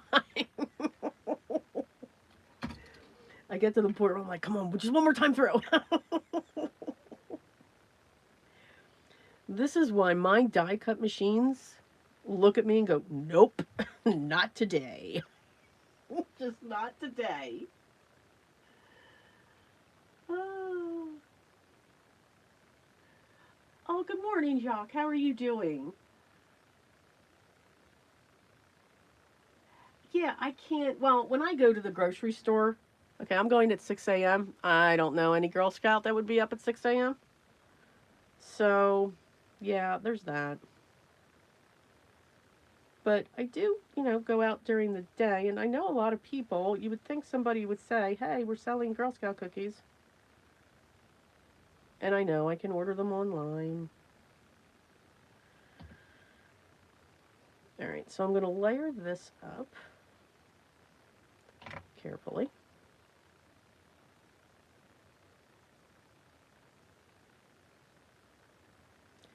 And then I'm going to get this onto the black backer. And then it just gives it a little bit of dimension.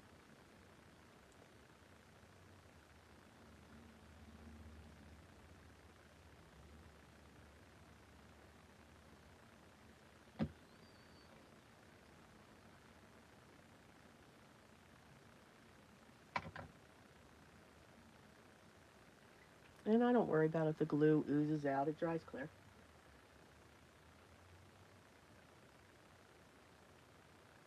And I do too, Maddie. Especially when they go on sale, I will stock up because they went on sale. And honestly, it all depends on where I go. Do I want to do? Yes, I want to do that because it's just what I do. All right, and I think, where's that?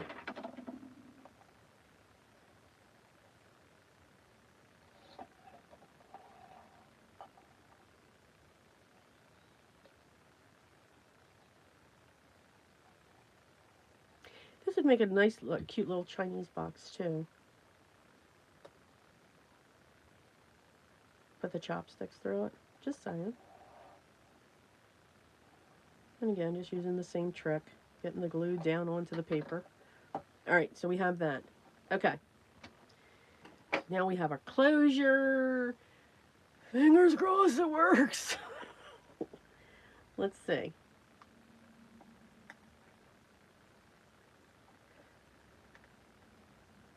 Okay, Velcro. Very strong. And yes, it works. That is not moving. Very strong Velcro dots. Wow. They're very strong. Nice. So it's just enough strong because this is going to push down, but you can see it's holding together. And then you can get your thumb in there. And I'm not holding it down. I'm keeping my thumb here. So, nice. So we can take that. We can put our little card in there. We can take our crumpled up tissue paper. And this is very roomy.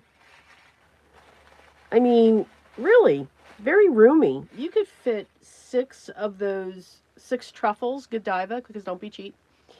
And when it comes to chocolate, Godiva. Truffles. Fit 6, possibly 8, depending upon the size of the truffle. 6 of the, what are they called? Rocher? Rocher balls. There you go. Stop laughing. And jelly beans, Peeps. A couple of Peeps would fit in there. It doesn't have to be candy. You know, little post-it note, some clips, all of that, and then that can go down there, and then this, that, and boop, and we have our box. Cute, right? Okay.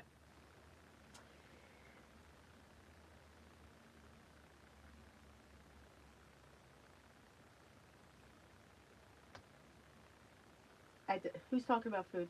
Food? Oh. Oh. So can't see. Oh.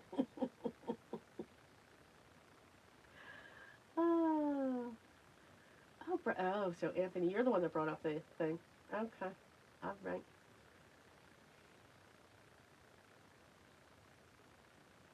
Oh, see, there you go. So, okay, so we'll put this aside because we'll show these again. Okay. Now, and again, you can even go through and, decorate your sides. You could create tickets, and put all kinds of things here, all of that. You could like cut it out, put a tea light in it. There's a lot of things you can do with this box. See, that's the beauty of things. What else can you do with something? So this die set, yes, you can create a box. You can create a pop-up card. I know Sabrina showed that. She created a pop-up card with this. Adorable. You could also keep this strong Velcro dots. You could keep this open like this if you wanted to, and then take this piece here and, turn it around. Don't let it be upside down, of course. Do that. Put another one over here. Put something off this side and off this side. And then put a tea light in there. Have cutouts going on here because she has a die. Where is it? Where's the die? Where's that die? Oh, it's in her large ticket. So she's got these cute hearts. Or the word romantic. So you could like die cut that along the side here out. You know, you don't have to layer it up with paper. You could just keep the box either black or make it pink or red or blue, you know, whatever color you want. Doesn't have to be Valentine's Day. And just cut out those words along the side and then put a tea light in it. And that would be cute. Not a real tea light with a flame. Let's put that disclaimer out there. Just saying. Talking about the battery operated tea lights in here once you do all of that. So I love to look at a die and basically I'm saying, how far can I push this die? How far, what else can we make with that die? Because for me, that brings joy. And that's how I look at things. I just need to get these pieces all back in together, or else I'm going to lose them, and that's going to make me very sad. That's how I look at when I make a purchase now. Now, paper will always be my weakness. So when you combine Tim Holtz and the pattern paper, okay, there was my weakness. You know, we all have that. But so far, I can't think of anything else. So you can see these are, I mean, just all the pieces that she's got going on here.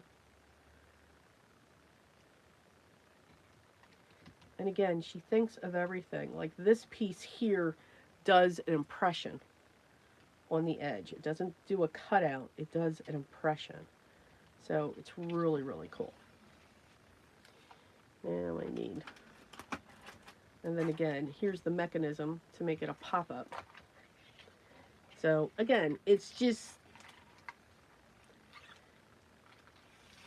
that's what I look for. What else can I do? And I love it if I can make something a home decor. Love, love, love. Okay, so let's go back to this. This is what our watercolor piece looks like. So just looks like a sky, just a soft sky. Because watercolors are great. They dry back. They don't, they're vibrant, but they dry back. They will get softer. So if I wanted any of this to be darker, I would wait for it to dry and then glaze over it again with another layer of watercolor. So, but I like the softness, and I just really like that sentiment. Can you tell I just love sarcasm? I'm just saying. Just saying. Love, love sarcasm. Sarcasm's an awesome thing.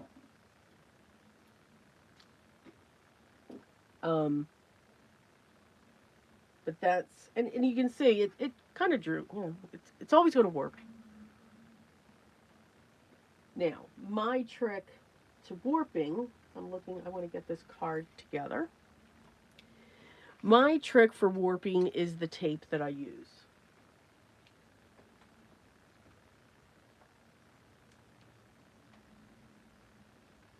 And my tape that I use is my 2-inch film tape. I get this from Uline. All right. And it's about this big. So there's a lot on there. I think there's like 60 feet on it. And you see how wobbly that is. I'm trying to, you know, not hold it so you can see how warped that is. This is my go-to tape whenever I use a lot of water.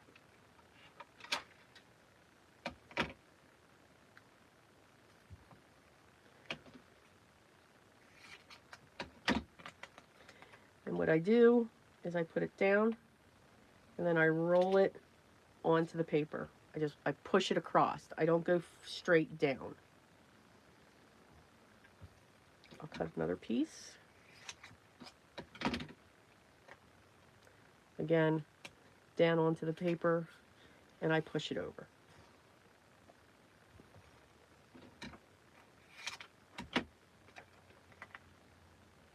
Down onto the paper, and I push it over. All right? Still warpy. It's a technical term. All right? This is, I have to vacuum in here now. This is my first layer. It's going to have a very thin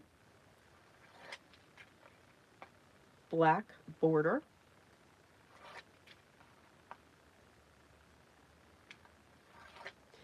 This is not forgiving, this tape. Now, this tape also comes in 1/4 inch, 1/2 inch. It's an awesome double-sided tape. Stuff does not go anywhere. I take my piece and I bend it to go this way. I get up on my tippy toes.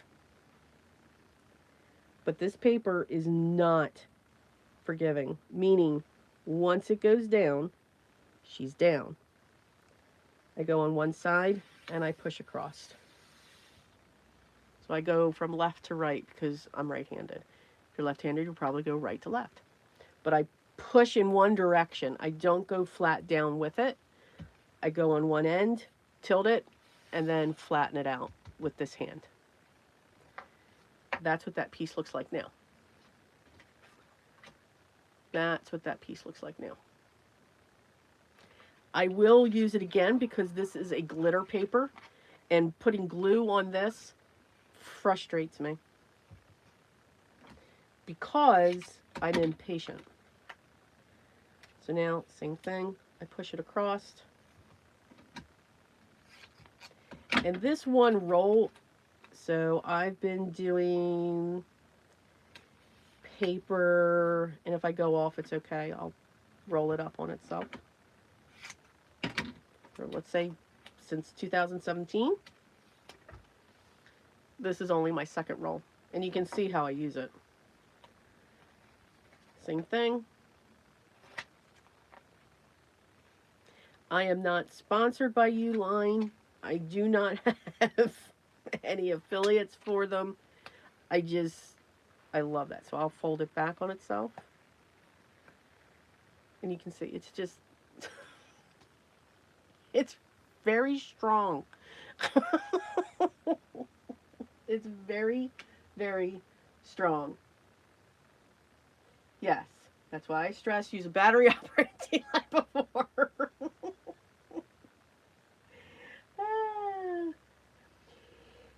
So that's a good question when it comes to that die. Let me get this down. See, it's my fingerprints on that now. So, and I do the same thing. I line it up. I see my corners. I look at the side. I look at the top of the bottom. And then I push her down. And if I'm off a little bit, I'm fine. But now you can see it's no longer warped. That tape, I don't know what it does. I don't know how it does it. It just, whoom, it flattens the piece out. So for me, it's something that I just swear by. And then I could use it again for this layer, but nah, I'm just going to use my liquid glue.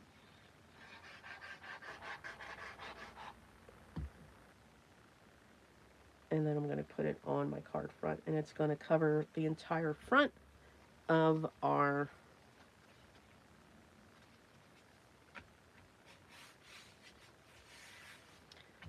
card front panel. So Anthony, to answer your question, so this is the platform. This is the Spellbinders 6 platform. That's extremely dirty. Hold on. There we go. There we go. Lots of dust. So if I take that die and It's close. It is very close on a regular um, die cut machine. So here's that die again, and you can see that, yeah, she hangs off. Even if we angle it, it's, you do need a bigger machine for this one. Yeah, even if we just take it up to the edge, this is hanging right off, and I can't see any way to get this to fit. So yeah, you do need a bigger machine, the bigger platforms. So good question, Anthony. Very good. In case anyone's interested in that.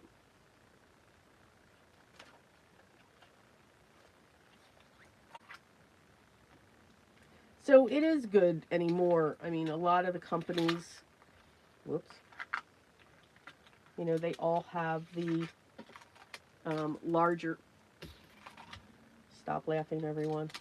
There we go. We'll just put that in there. They do have the larger of the systems out. And I do have the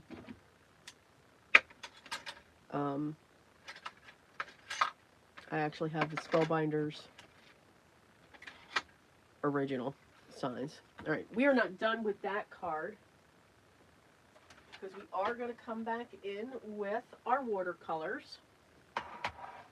Yep, the card is put together, and we are going to come back in with our watercolors because you guys know that I cannot not add splatter. So we've got our red and we've got our green.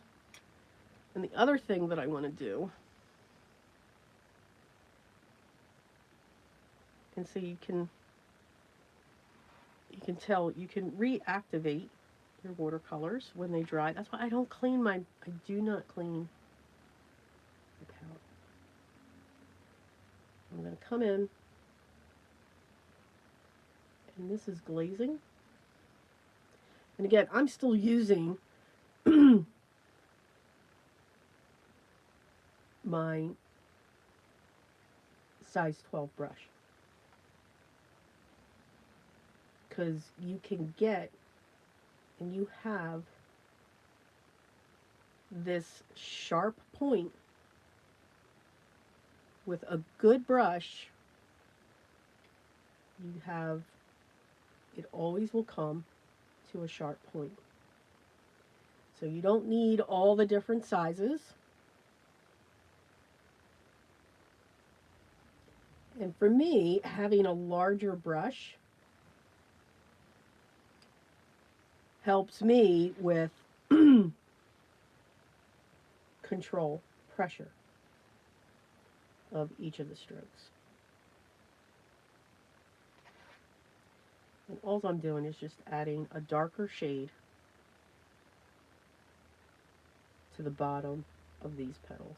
I'm not doing anything fancy, just a little bit. Now that just added more dimension to that piece. And again, I'm just adding dots. Nothing fancy. So it's like taking a dark colored pencil along the line to add this detail.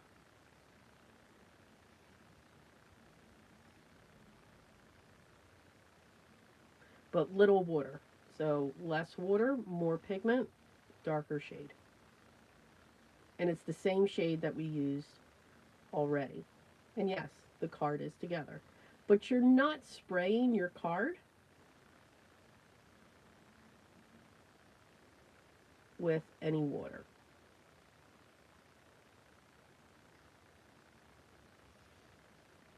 So you're just adding these little details.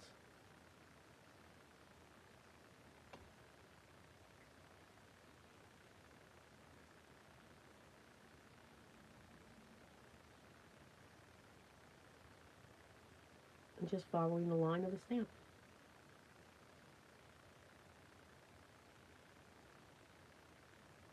You can go directly to your pan where the color is and pick it up that way because your brush is damp.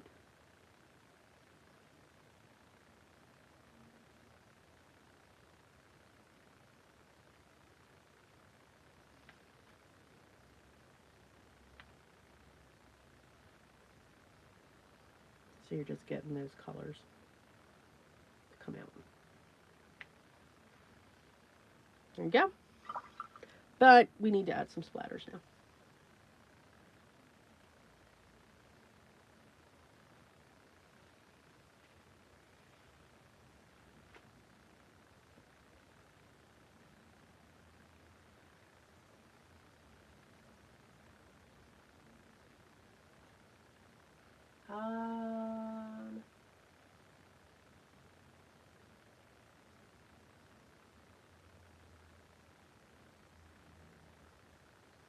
Let's see.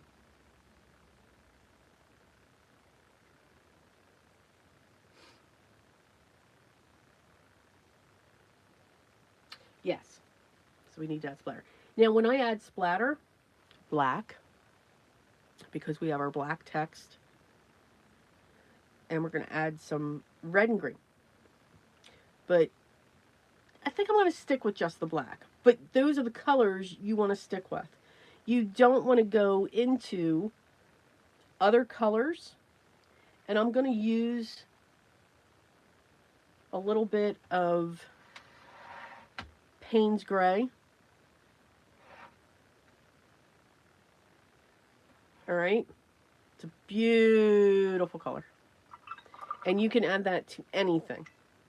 Payne's Gray for me is a staple. And I'm going to come in with Black Ivory.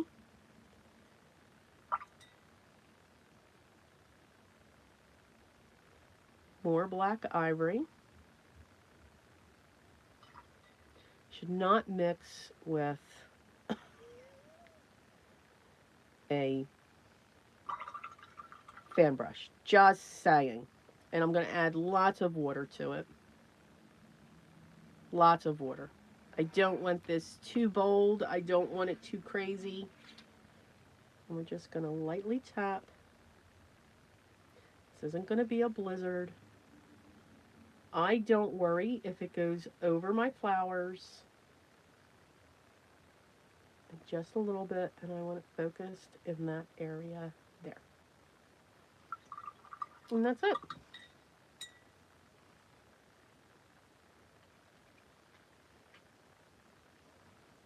But yeah, no, I never clean my palettes. These are some awesome colors, and you can just keep changing them.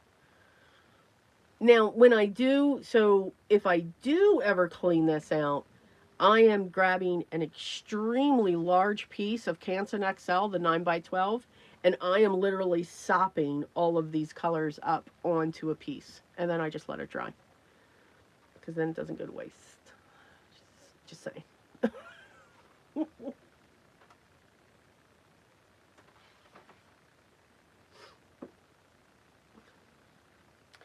And there you go. That is our card. I love that text.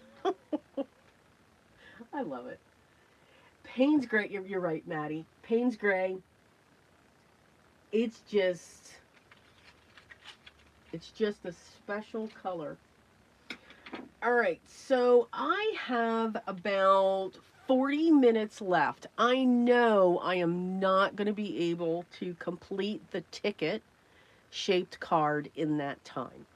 So what I'm going to do is I'm going to film the ticket shaped card, and I'll show that sometime this week or next weekend or something like that. So do we want to continue for the next 40 minutes and just play around with our watercolors? I saw a lot of hearts. Okay. So we can talk watercolors if you. Yes. Okay. Cordelia said yes. We listened to Cordelia because she gets a little. Just saying. But these are, again, these are the two cards. Well, a box and messy watercolor. We don't have to be specific, as my hands keep flying around the screen and I'm sure I'm driving somebody crazy with that. Okay. Let me get cleaned up just a little bit. Just a little bit. And we will do that. Meaning I need room on my table here for this. So, watercolors. So just like we said with watercolors, all shapes, all sizes, all different types. And when it comes to our craft, paper crafting, this concept of being, created with our stash and this massiveness that we've hauled together, it's personal.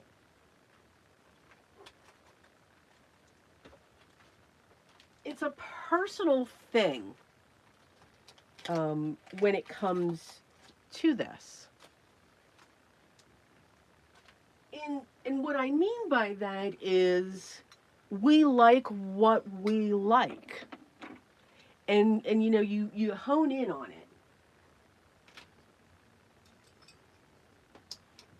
And I can only speak from, experience. So I started my channel back in 2017. August 17th of 2017. And when I started, I had a huge interest in it. I was falling in love with paper, was not giving up on my love for fabric, still loved that as well. But there was an injury that I had suffered, basically, where I could not move. I would make huge quilts. Just absolutely huge quilts. King size, queen size quilts. And even though I wasn't quilting them, I was still having to move that through my machine. And I couldn't do that anymore. Will I still push it and still do a queen or a king size quilt? Yeah. But I can't do it all the time. So I switched to paper. And again, when I started out, I wanted to try everything.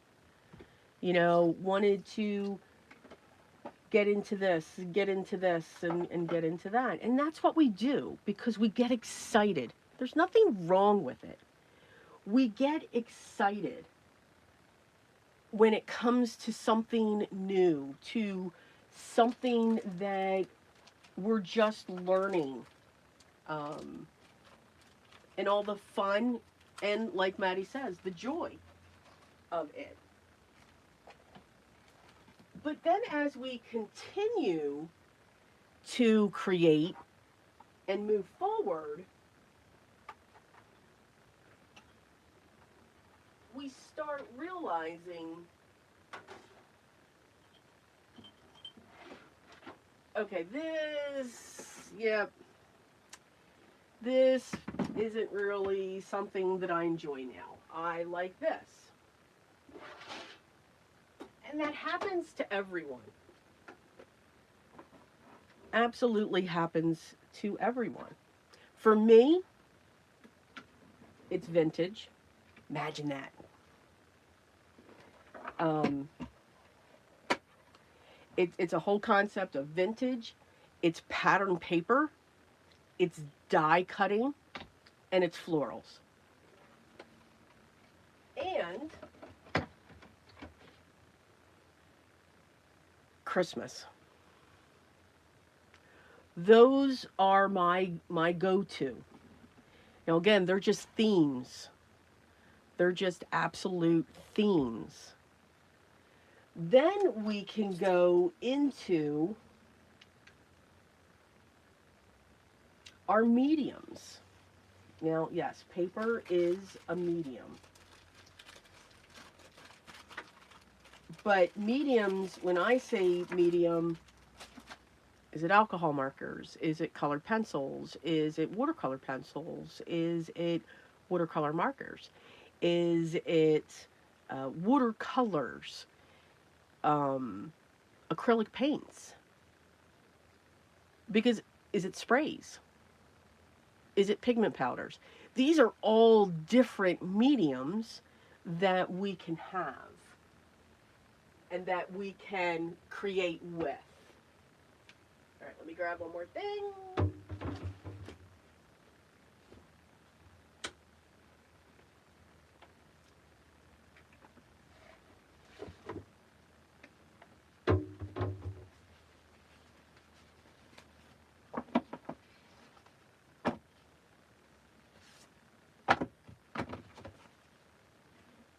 All right.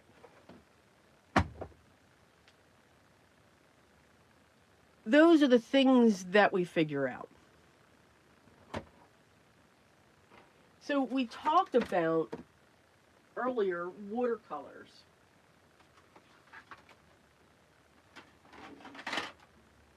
So my recommendations, if you're just starting out, if you have your re-inkers and they're water reactive inks, use them. Get yourself used to what you're looking to do. How are you working with them? Because that's what turns us off. That's what stops us. And I'm speaking from experience. All right? All experience.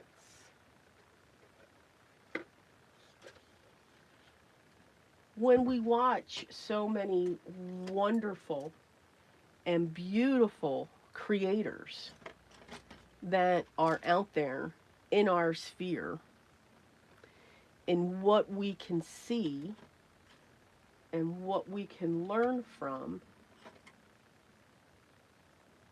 we want to do what they're doing, right? That's the bottom line. And when we see what they're working with, we want our piece. Now, this is a block. This is a cold press block, and it's glued on two sides. So I don't have to tape anything down. That'll just waste time. These are the Altenew that we were talking about before. So Anthony, if you're here, here's where they're at.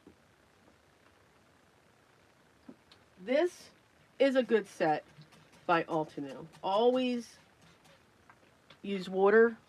Make sure it's water.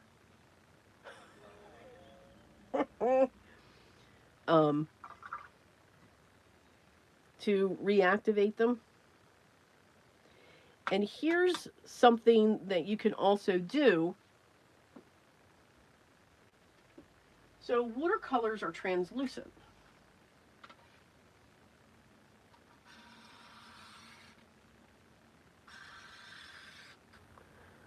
Sharpie.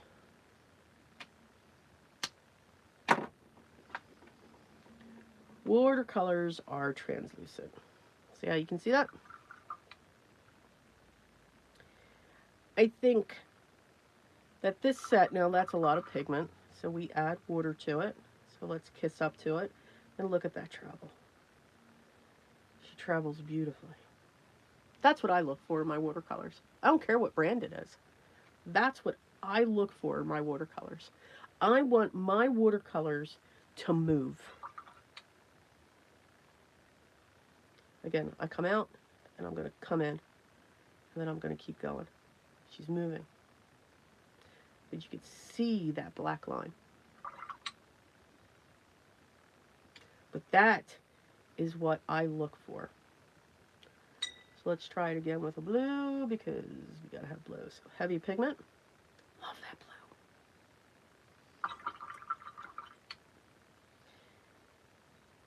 And I'm coming in with a full wet brush. I'm gonna kiss it. And I'm gonna keep pulling down. And you can see she's just traveling. Some will travel more than others. And that's just the beauty of their pigment. And if I just keep dropping that in, you can just see it. Just watch it flow. That is what I look for. You will get the same results with a re-inker. You will get the same results if you take an ink pad and squish it down onto a glass mat or a smooth surface and pick it up that way. You will get the same results here. But that's watercolor. So this is a very good set. Oh, have a good one, Jacques. And Cordelia's getting more coffee. Oh my God. So I'm just getting into, and I'm really starting to enjoy my watercolors. Colored pencils for me, though, are always going to be my favorite medium. And I said that yesterday in Biddy's live. And she was right. Because she came back and she said, really, we haven't seen them use them that much. And she's right. But I do still love them. They are, you know, for me, they're relaxing. It's like, you know, Zentangle. It's very relaxing. All right, so we can set that off and we'll just let that dry. Off to the side there. So, Altenew. That's what I'm looking for. Now, because this was sprayed down, I set this aside, let it dry, and then I close it up. I do not close it when there's water in there like that. That can cause problems.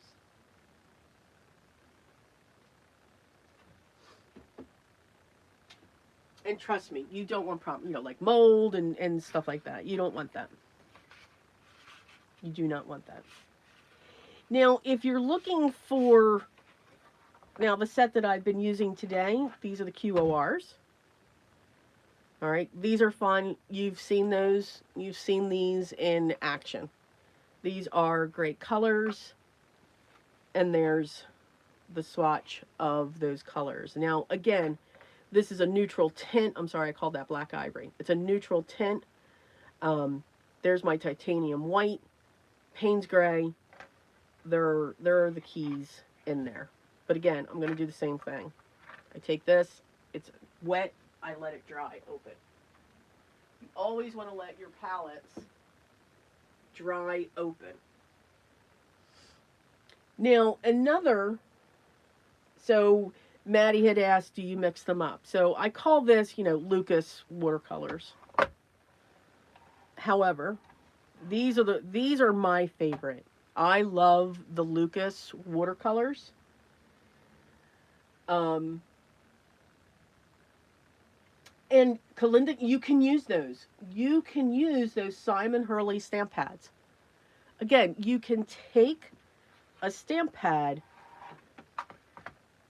on a piece of glass and use that. And I'll show that to you in a second. So these are my favorite. Again, others may love the Daniel Smith. Others, I love my QORs too. But these are the ones, you know, I saved up for, because this was the palette that I wanted. Now, again, Maddie, I've got different brands in here. So here's my Daniel Smith Buff Titanium. Here's my Opaque White. That's titanium white. Here's the Shell Pink with Holbein.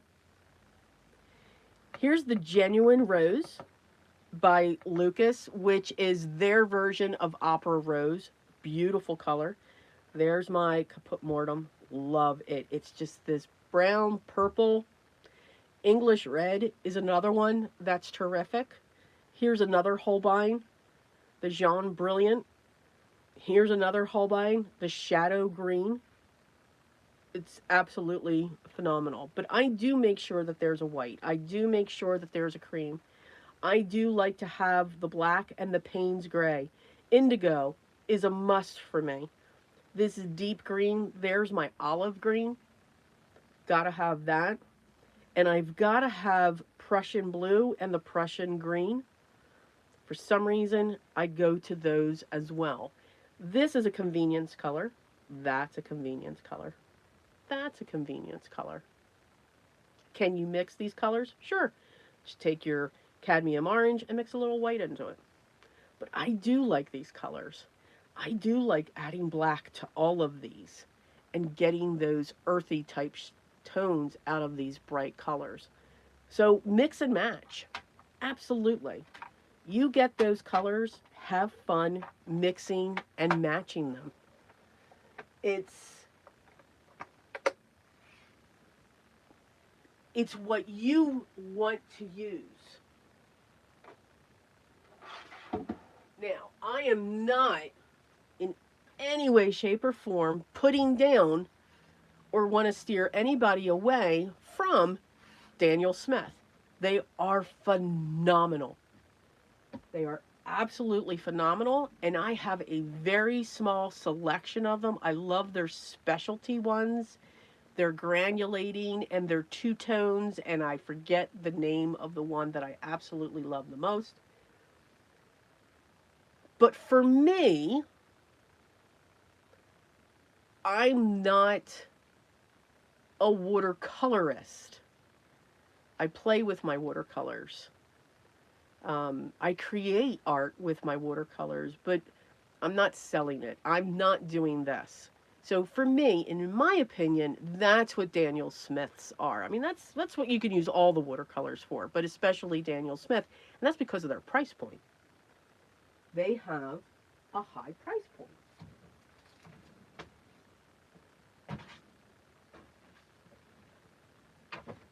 And rightfully so. The colors are phenomenal. Absolutely. Now, we're going to do the same thing. So, I'm going to take my Sharpie.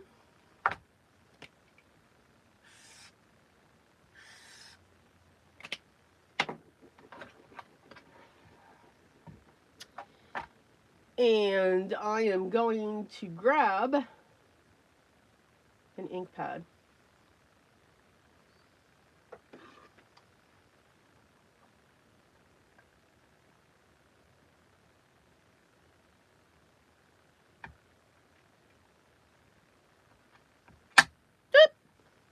Sorry.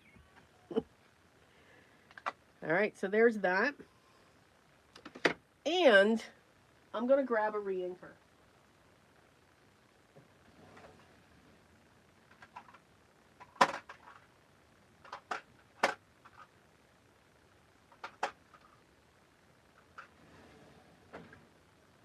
Now, the re-inker I grabbed was Aged Mahogany.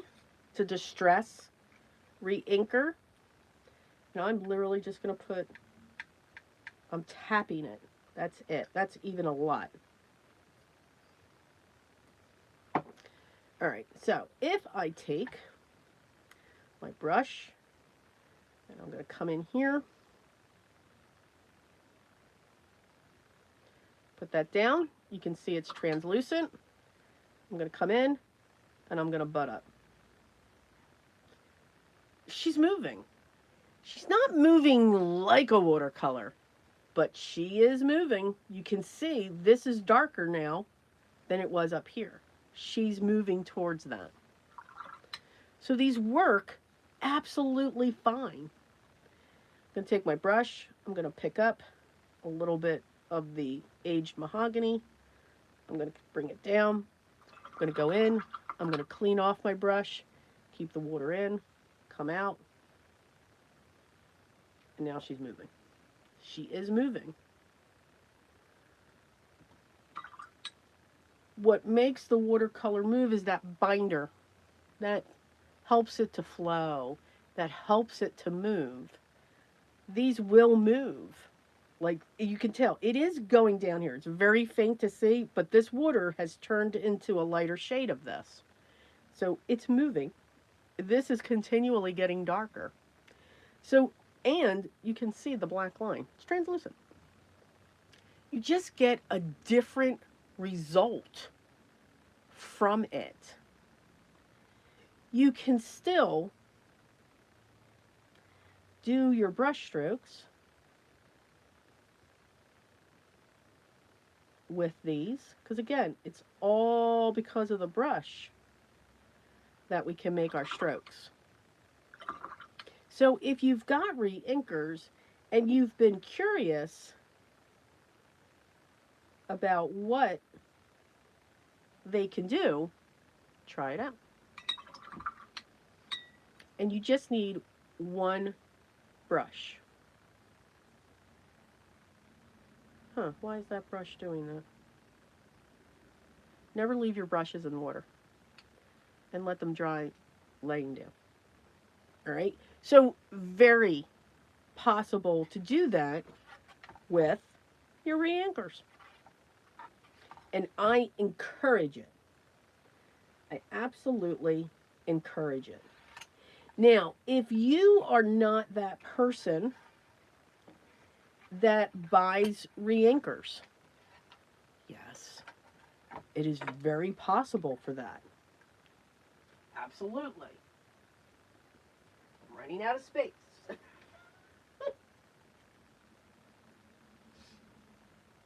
Then a great palette to get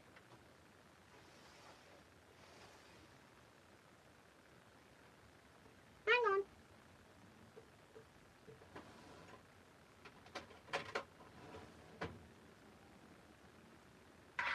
It's Crayola. I love the Crayola. I really do. You can also look into a palette called Prang. I'm not a fan of Prang. To each his own, though. But you can do the same thing. There's the blue. Come in with wet and pull it out. And it's moving. And it's translucent. It will move. You can mix colors with your Crayolas. They're just not going to be as pigmented as your watercolors. But she's traveling. You can mix.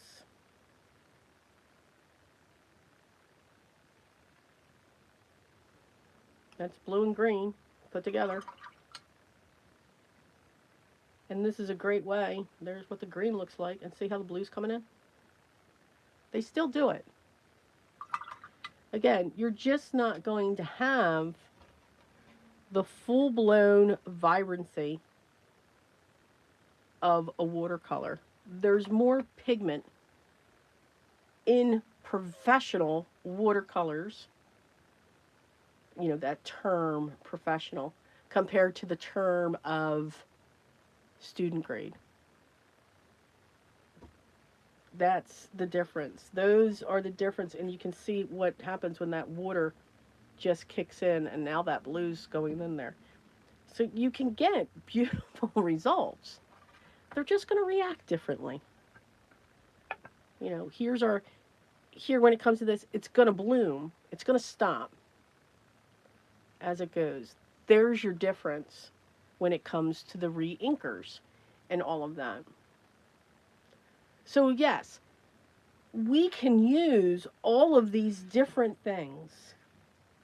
We can try all of these different things to see if we like it. What took me a long time, remember I said I speak from experience.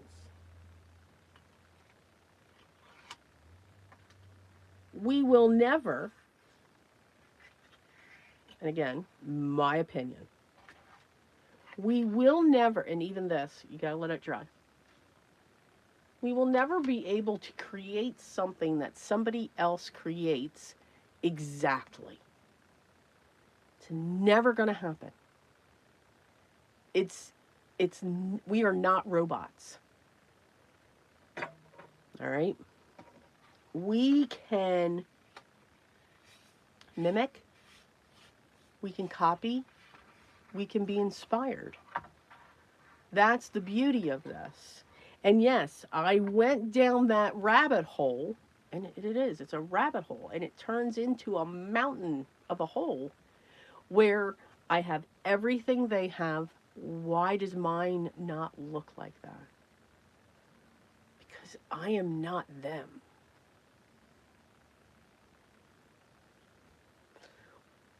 We can each have and I've said this before, we can have the same stamp, the same pattern paper, and I'm talking exact same company, same print.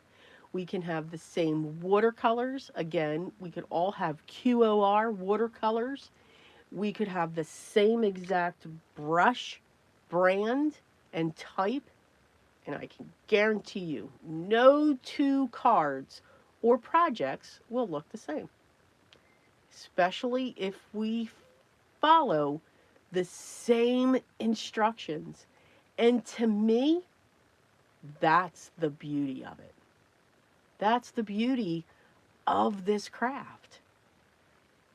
To be inspired, to try new things, to say, okay, you know what? I want to try what she does, or I want to case that card, or you know what? I'm making that card that she just made. Enjoy. Have fun with it. Because it's not going to be 100%. It's not going to look the same way. Again, that's just my opinion. But we grow, and as we continue to try all of these new things and all of these, we hone in on certain things that we like. Now, another palette that I could suggest if you're just starting out in watercolors, again, the Altenew, you saw it.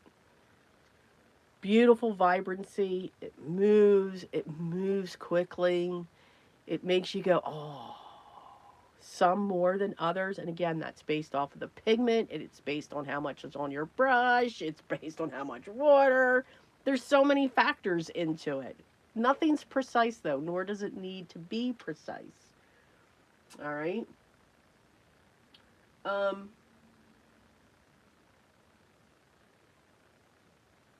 Oh, Simon Says Positively Ink was the stamp pad that I used, Kalinda. I'm looking at the comments now. Prang, yes, it's another one like Crayola. I've just never gravitated to it. I wasn't crazy, but I guess just because I started out on Crayola, that's what I was used to. But Prang's just as fine.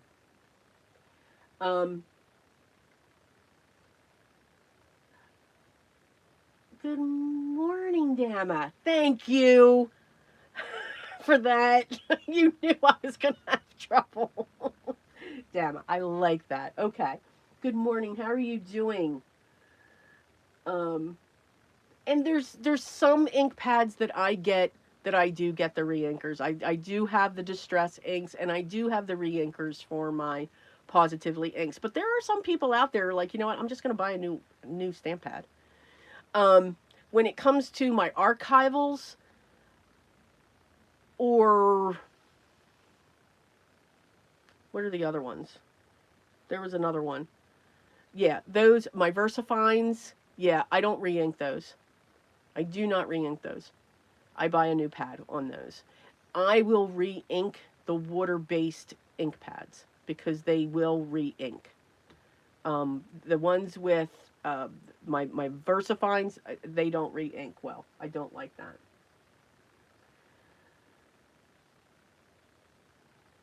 And she does, yes. Christina Werner, she actually uses both. I've seen her use Prang and the Crayolas.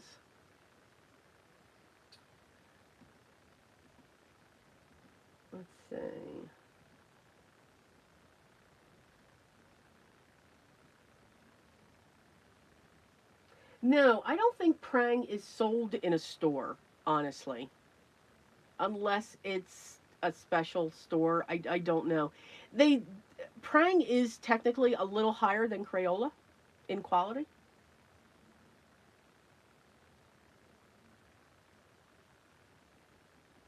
Oh, have a good one, Anthony.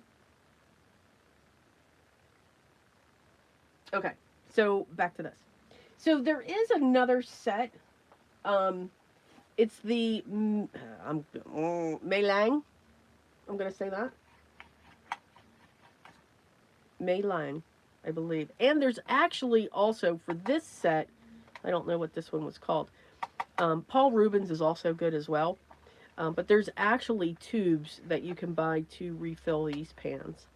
I try to stay away from pan sets. Again, getting that brush in there just creeps me out. But these are the colors. Beautiful colors.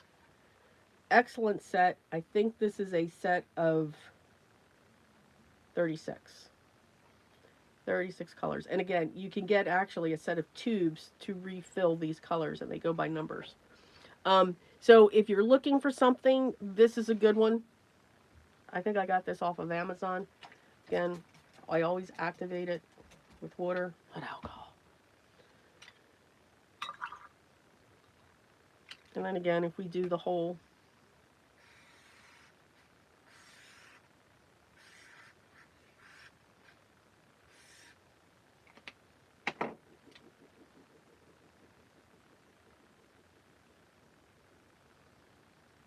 like to put a thick layer down and then butt it up to water, and you can see her rolling. And again, some colors will roll. And you can see how dark that purple is. Purple is always a very in your face. Purple is just powerful. Absolutely powerful. And you can go, different ways over these black lines. But again, just to see that move and to see it flow, that's what I'm looking for when it comes to that. But this is a very nice set. It's got beautiful colors in it. That is the only thing that I look for when it comes to that. Because that's what watercolors do. Watercolors move in water. And if they don't, then they're not necessarily watercolor. But gouache is also a watercolor. So this is a good set. I think this was under, $30 when I found it.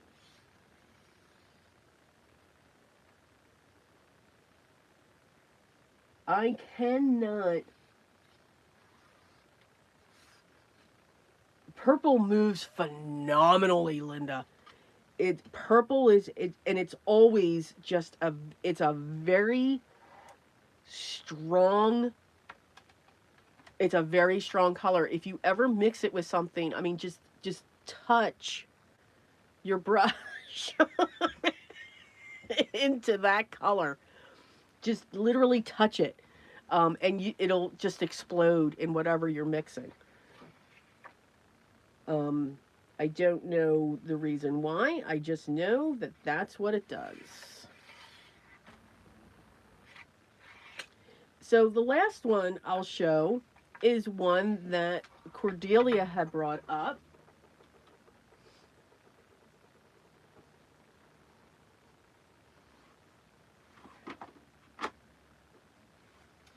And that's the Gonzi Tommy. All right, let me find the other set.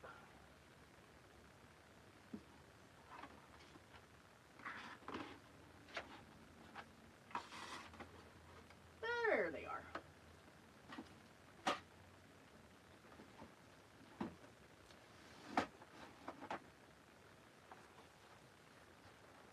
So this Does anybody remember these being the craze at one point? I mean, beautiful colors. Absolutely gorgeous colors. This is the set of 36. You can also get them in 12, 24. There are over, I think they're now at 100 colors when it comes to this. And they do this. They coil up in this pan. These are large pans, so I love this size pan. Because I'm not, but they do this. There's nothing wrong with them, but they are a little opaque.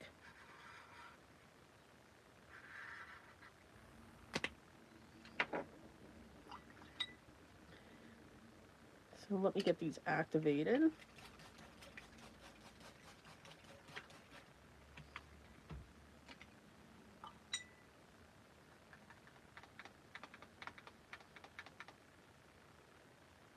See? Even though it's going around the Sharpie, that's because it's going around the Sharpie. But you can see when I go over that, yeah, she's cloudy. But they do move like watercolors. It all depends on what you look for. See, it's moving. These colors will move, but they do feel sticky.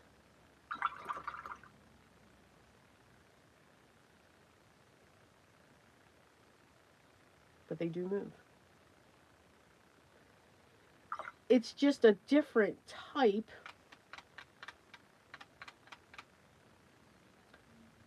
of watercolor. But they can do the same thing.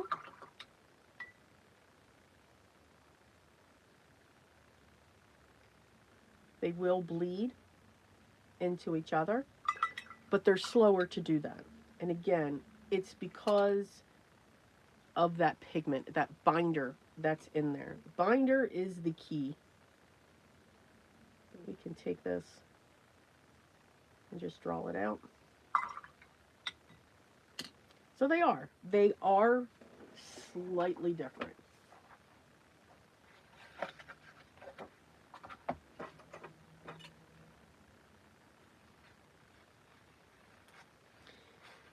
So my suggestion is, and somebody said it in the comments, you gotta do you. When you see a creator, an influence, whatever you want to call our other YouTubers or anything like that, when you watch them, look at them differently. And you want to control the amount of water on your brush. That's not what I want to do. Look at it to say, I like what they're doing. Let's give it a try. Use what's already in your stash.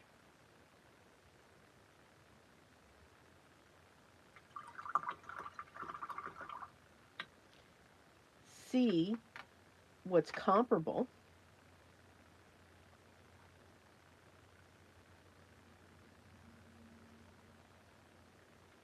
To your stash.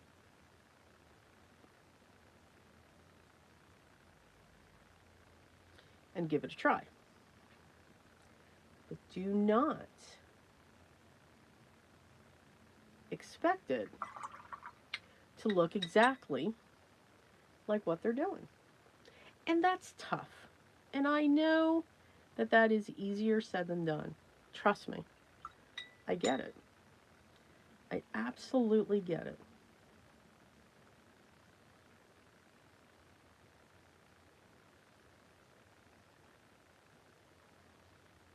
But we can manipulate things and put it all together.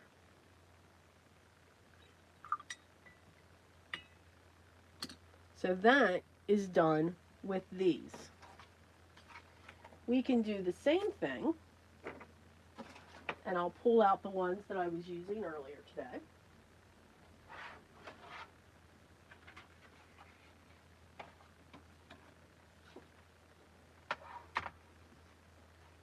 And I'm going to use the same brush, and you'll see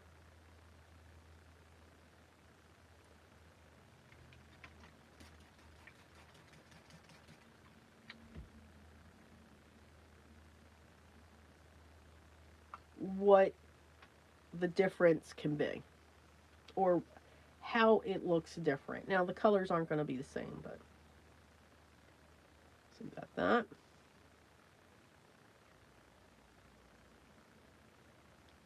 Do that stroke.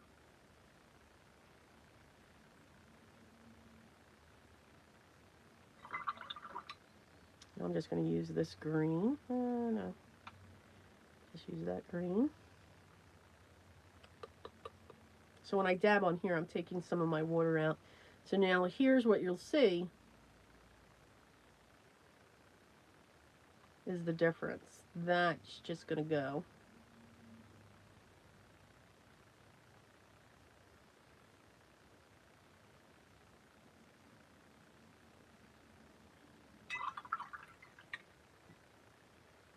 We'll add a little bit of orange. If I just tap, tap, tap, tap, tap, tap, tap, tap.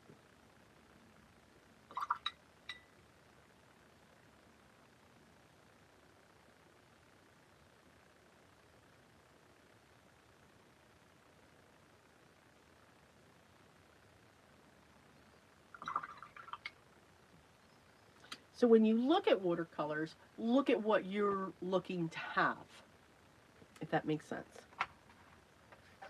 You can do the same things with these.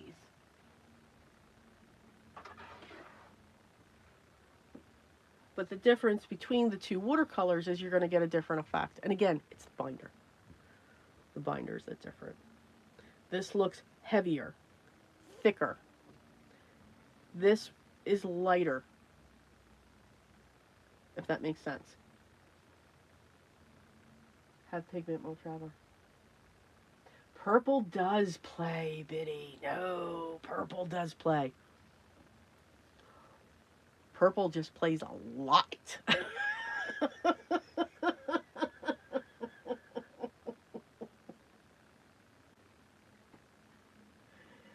Yeah, Gwen, I cannot, when I re-ink my VersaFine, it gets gummy, it gets goopy. Nope. Don't do it. I do not do it anymore.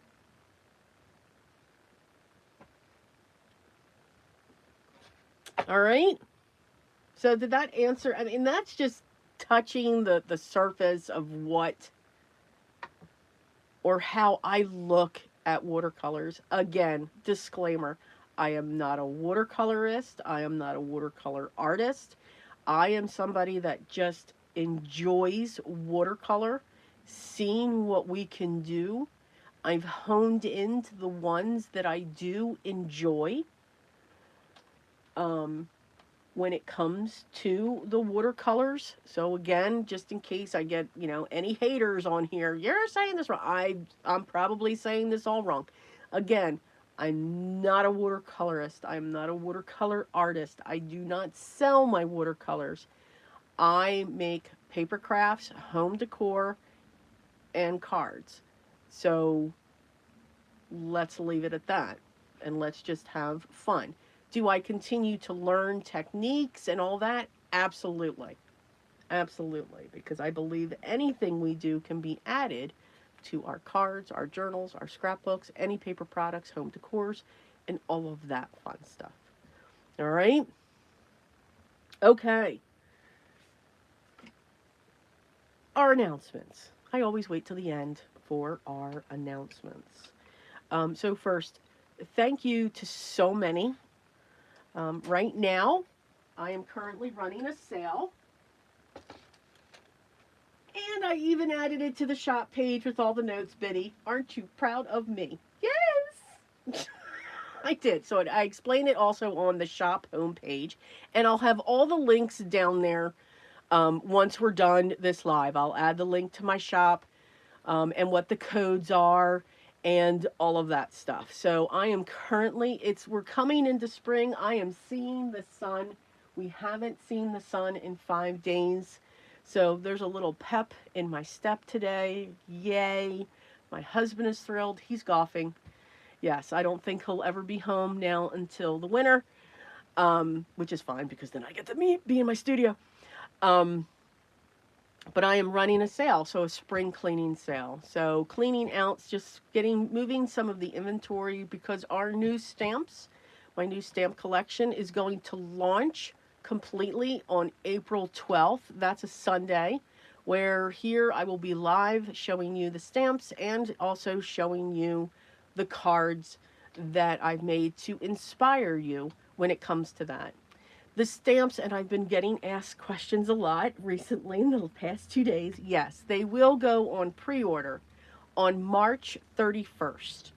All right, so March 31st, they will be on pre-order. So if you're interested, you'll have that time, but they will not ship until April 12th. All right, so please keep that in mind. They will not ship until the 12th. The sale currently going on is all the stamps that are there now that are in stock are 15% off using the code SPRING. Let's get a piece of paper. Using the code SPRING, all capital letters, 15. So that will give you 15% off all the stamps, even the bundles. And it's running from March 7th until the 22nd at midnight. It cannot be combined with previous orders. Unfortunately, I am still only shipping in the U.S. If you are outside the U.S. and interested, you can certainly reach out to me. You just need to provide some information, and I'll let you know what the shipping is prior to your purchase. But the overseas shipping rates are just, I can't do that. But if you are interested, just let me know, and I will let you know. There are 2 stamps being retired.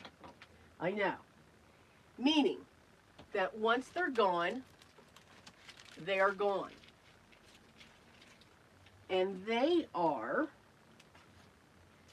a tangled mandala and a tangled heart. Okay, so once these are gone, these are gone. So those are being retired. If you're interested in those 2, the code is retired, and you will get 20% off those 2 stamps. All right. Now, unfortunately, and I did not know this until after I went live with the coupon codes, you can only use 1 coupon code. All right. So if you're looking for, all the stamps, including the retireds, you can make 2 individual purchases. I'm so sorry. So one with the 15% and then the other one with the 20% off, and I will refund one of the shipping. You will not pay both shipping. I will refund it. And somebody did that. I woke up this morning and somebody did that, and I refunded the $9.50. So, yes, the purchases, though, have to be within 24 hours of each other. All right, so please keep that in mind as well. All right, so stamps 15%. These 2 are 20%. Unfortunately, though, I'm so sorry. Nothing goes easy. It does not. You would have to make 2 separate purchases, but I promise you, I will refund $9.50 off of one of the purchases that you did, so that you will not pay both shipping costs. Of course, I would have done that even if I didn't announce it. Because if somebody does make a back-to-back purchase, because I've had that happen, I've refunded the shipping. I'm not mean. I'm not mean. All right, so that's the sale. Also, we have a new freebie, and the new freebie are 2 prints that I have created So you will get these. They are not colorized. You get to color them, whether it's your graphite, and there's a little card that will explain it. So something new. I had a lot of fun with these, and I love the paper that they are on. Just know it's not watercolor paper. Okay? It's great for other things. And I'll work with these to show you how they work. I'll actually do a video in one of our lives on them. Let's see. Anybody have any questions here? You did, Cordelia. You silly girl. Oh, bye now. Come back and watch the replay. And then finally, membership is live. The other community in the separate software has been shut down. It is closed. First, let me say thank you to those who are already in there. I cannot say thank you enough. Thank you, thank you. My word for this year is literally simplicity / simple. And if that's my world for 2026, I want that for you guys as well. So after many conversations and many thoughts and struggling back and forth, let's put everything in one place. So everything, all the free tutorials that went on in the other community are going to be right here. All you have to do is just hit that subscribe button and ring the bell. Get your bells notified to be notified as things come up. But all of the free content will sit here. So that means once a month, not only will you get the 4 lives on Sunday, as long as I can continue healthy, and if I'm not going to my sister's. I don't think the next one is until May. Okay. You have these lives here where there's step-by-step tutorials or we're just playing.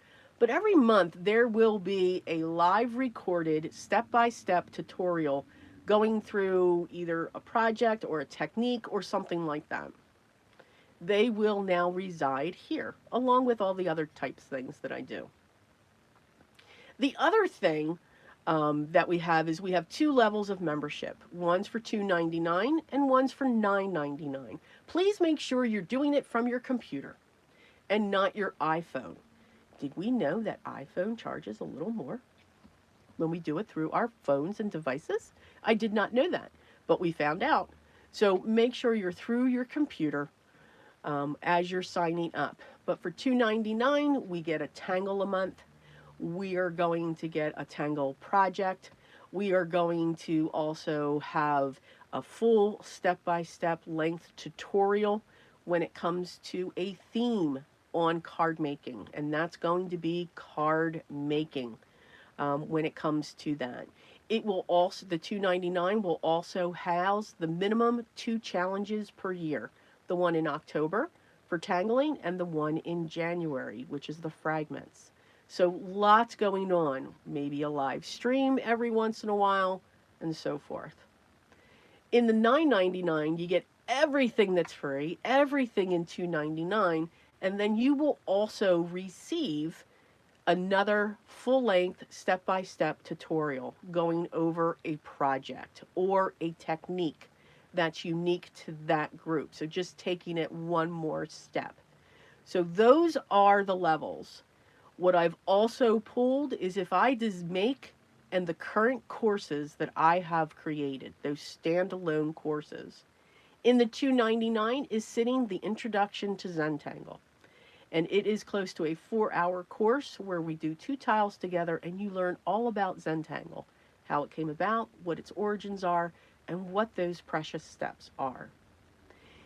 Also, in the $9.99 is the colored pencil course. So that huge course that's about close to 6-7 hours where we go step by step through colored pencils, and also 4 other tangled courses that are single projects that are going on there. If any courses and when any courses are going to be created in the future, they will be housed in one of those areas in the memberships. Again, everything is going to sit right here for everyone. All right? You don't have to go anywhere else. I hope you're just here for all of the free information. I love to teach, I love to help, and I love to answer those questions. But if you're interested for anything a little bit more, please make sure you check out the 2 levels. You can also see that the playlists themselves are public, so you can see the style of projects that we've done. You just won't be able to see those videos. It will stop you. It will say members only. At any time you have any questions, my email is within the YouTube community as well and here. So please feel free to reach out and I'll answer any question that you have. All right? I know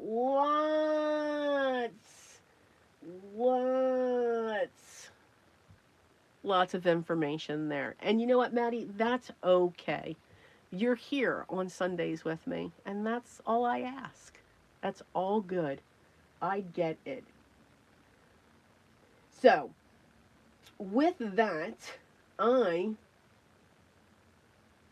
am going to let you all go. And first to say thank you for those that, all the purchases that I've got for my stamps. I'm truly grateful and honored.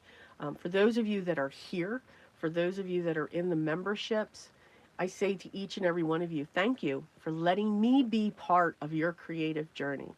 I am truly honored and grateful for that time and that opportunity, because that's all this is for me. It's an opportunity to help you grow, maybe learn something new, try something new, and just have fun. So guys, thank you so much for everything. I will see you next Sunday, or hear or read your comments next Sunday, where we're going to do something different. Don't know what that is, but we're going to do something different. Until then, guys, please continue to stay safe and healthy. Thank you to each and every one of you, and I love each and every one of you as well. Take care, and we'll talk soon. Bye.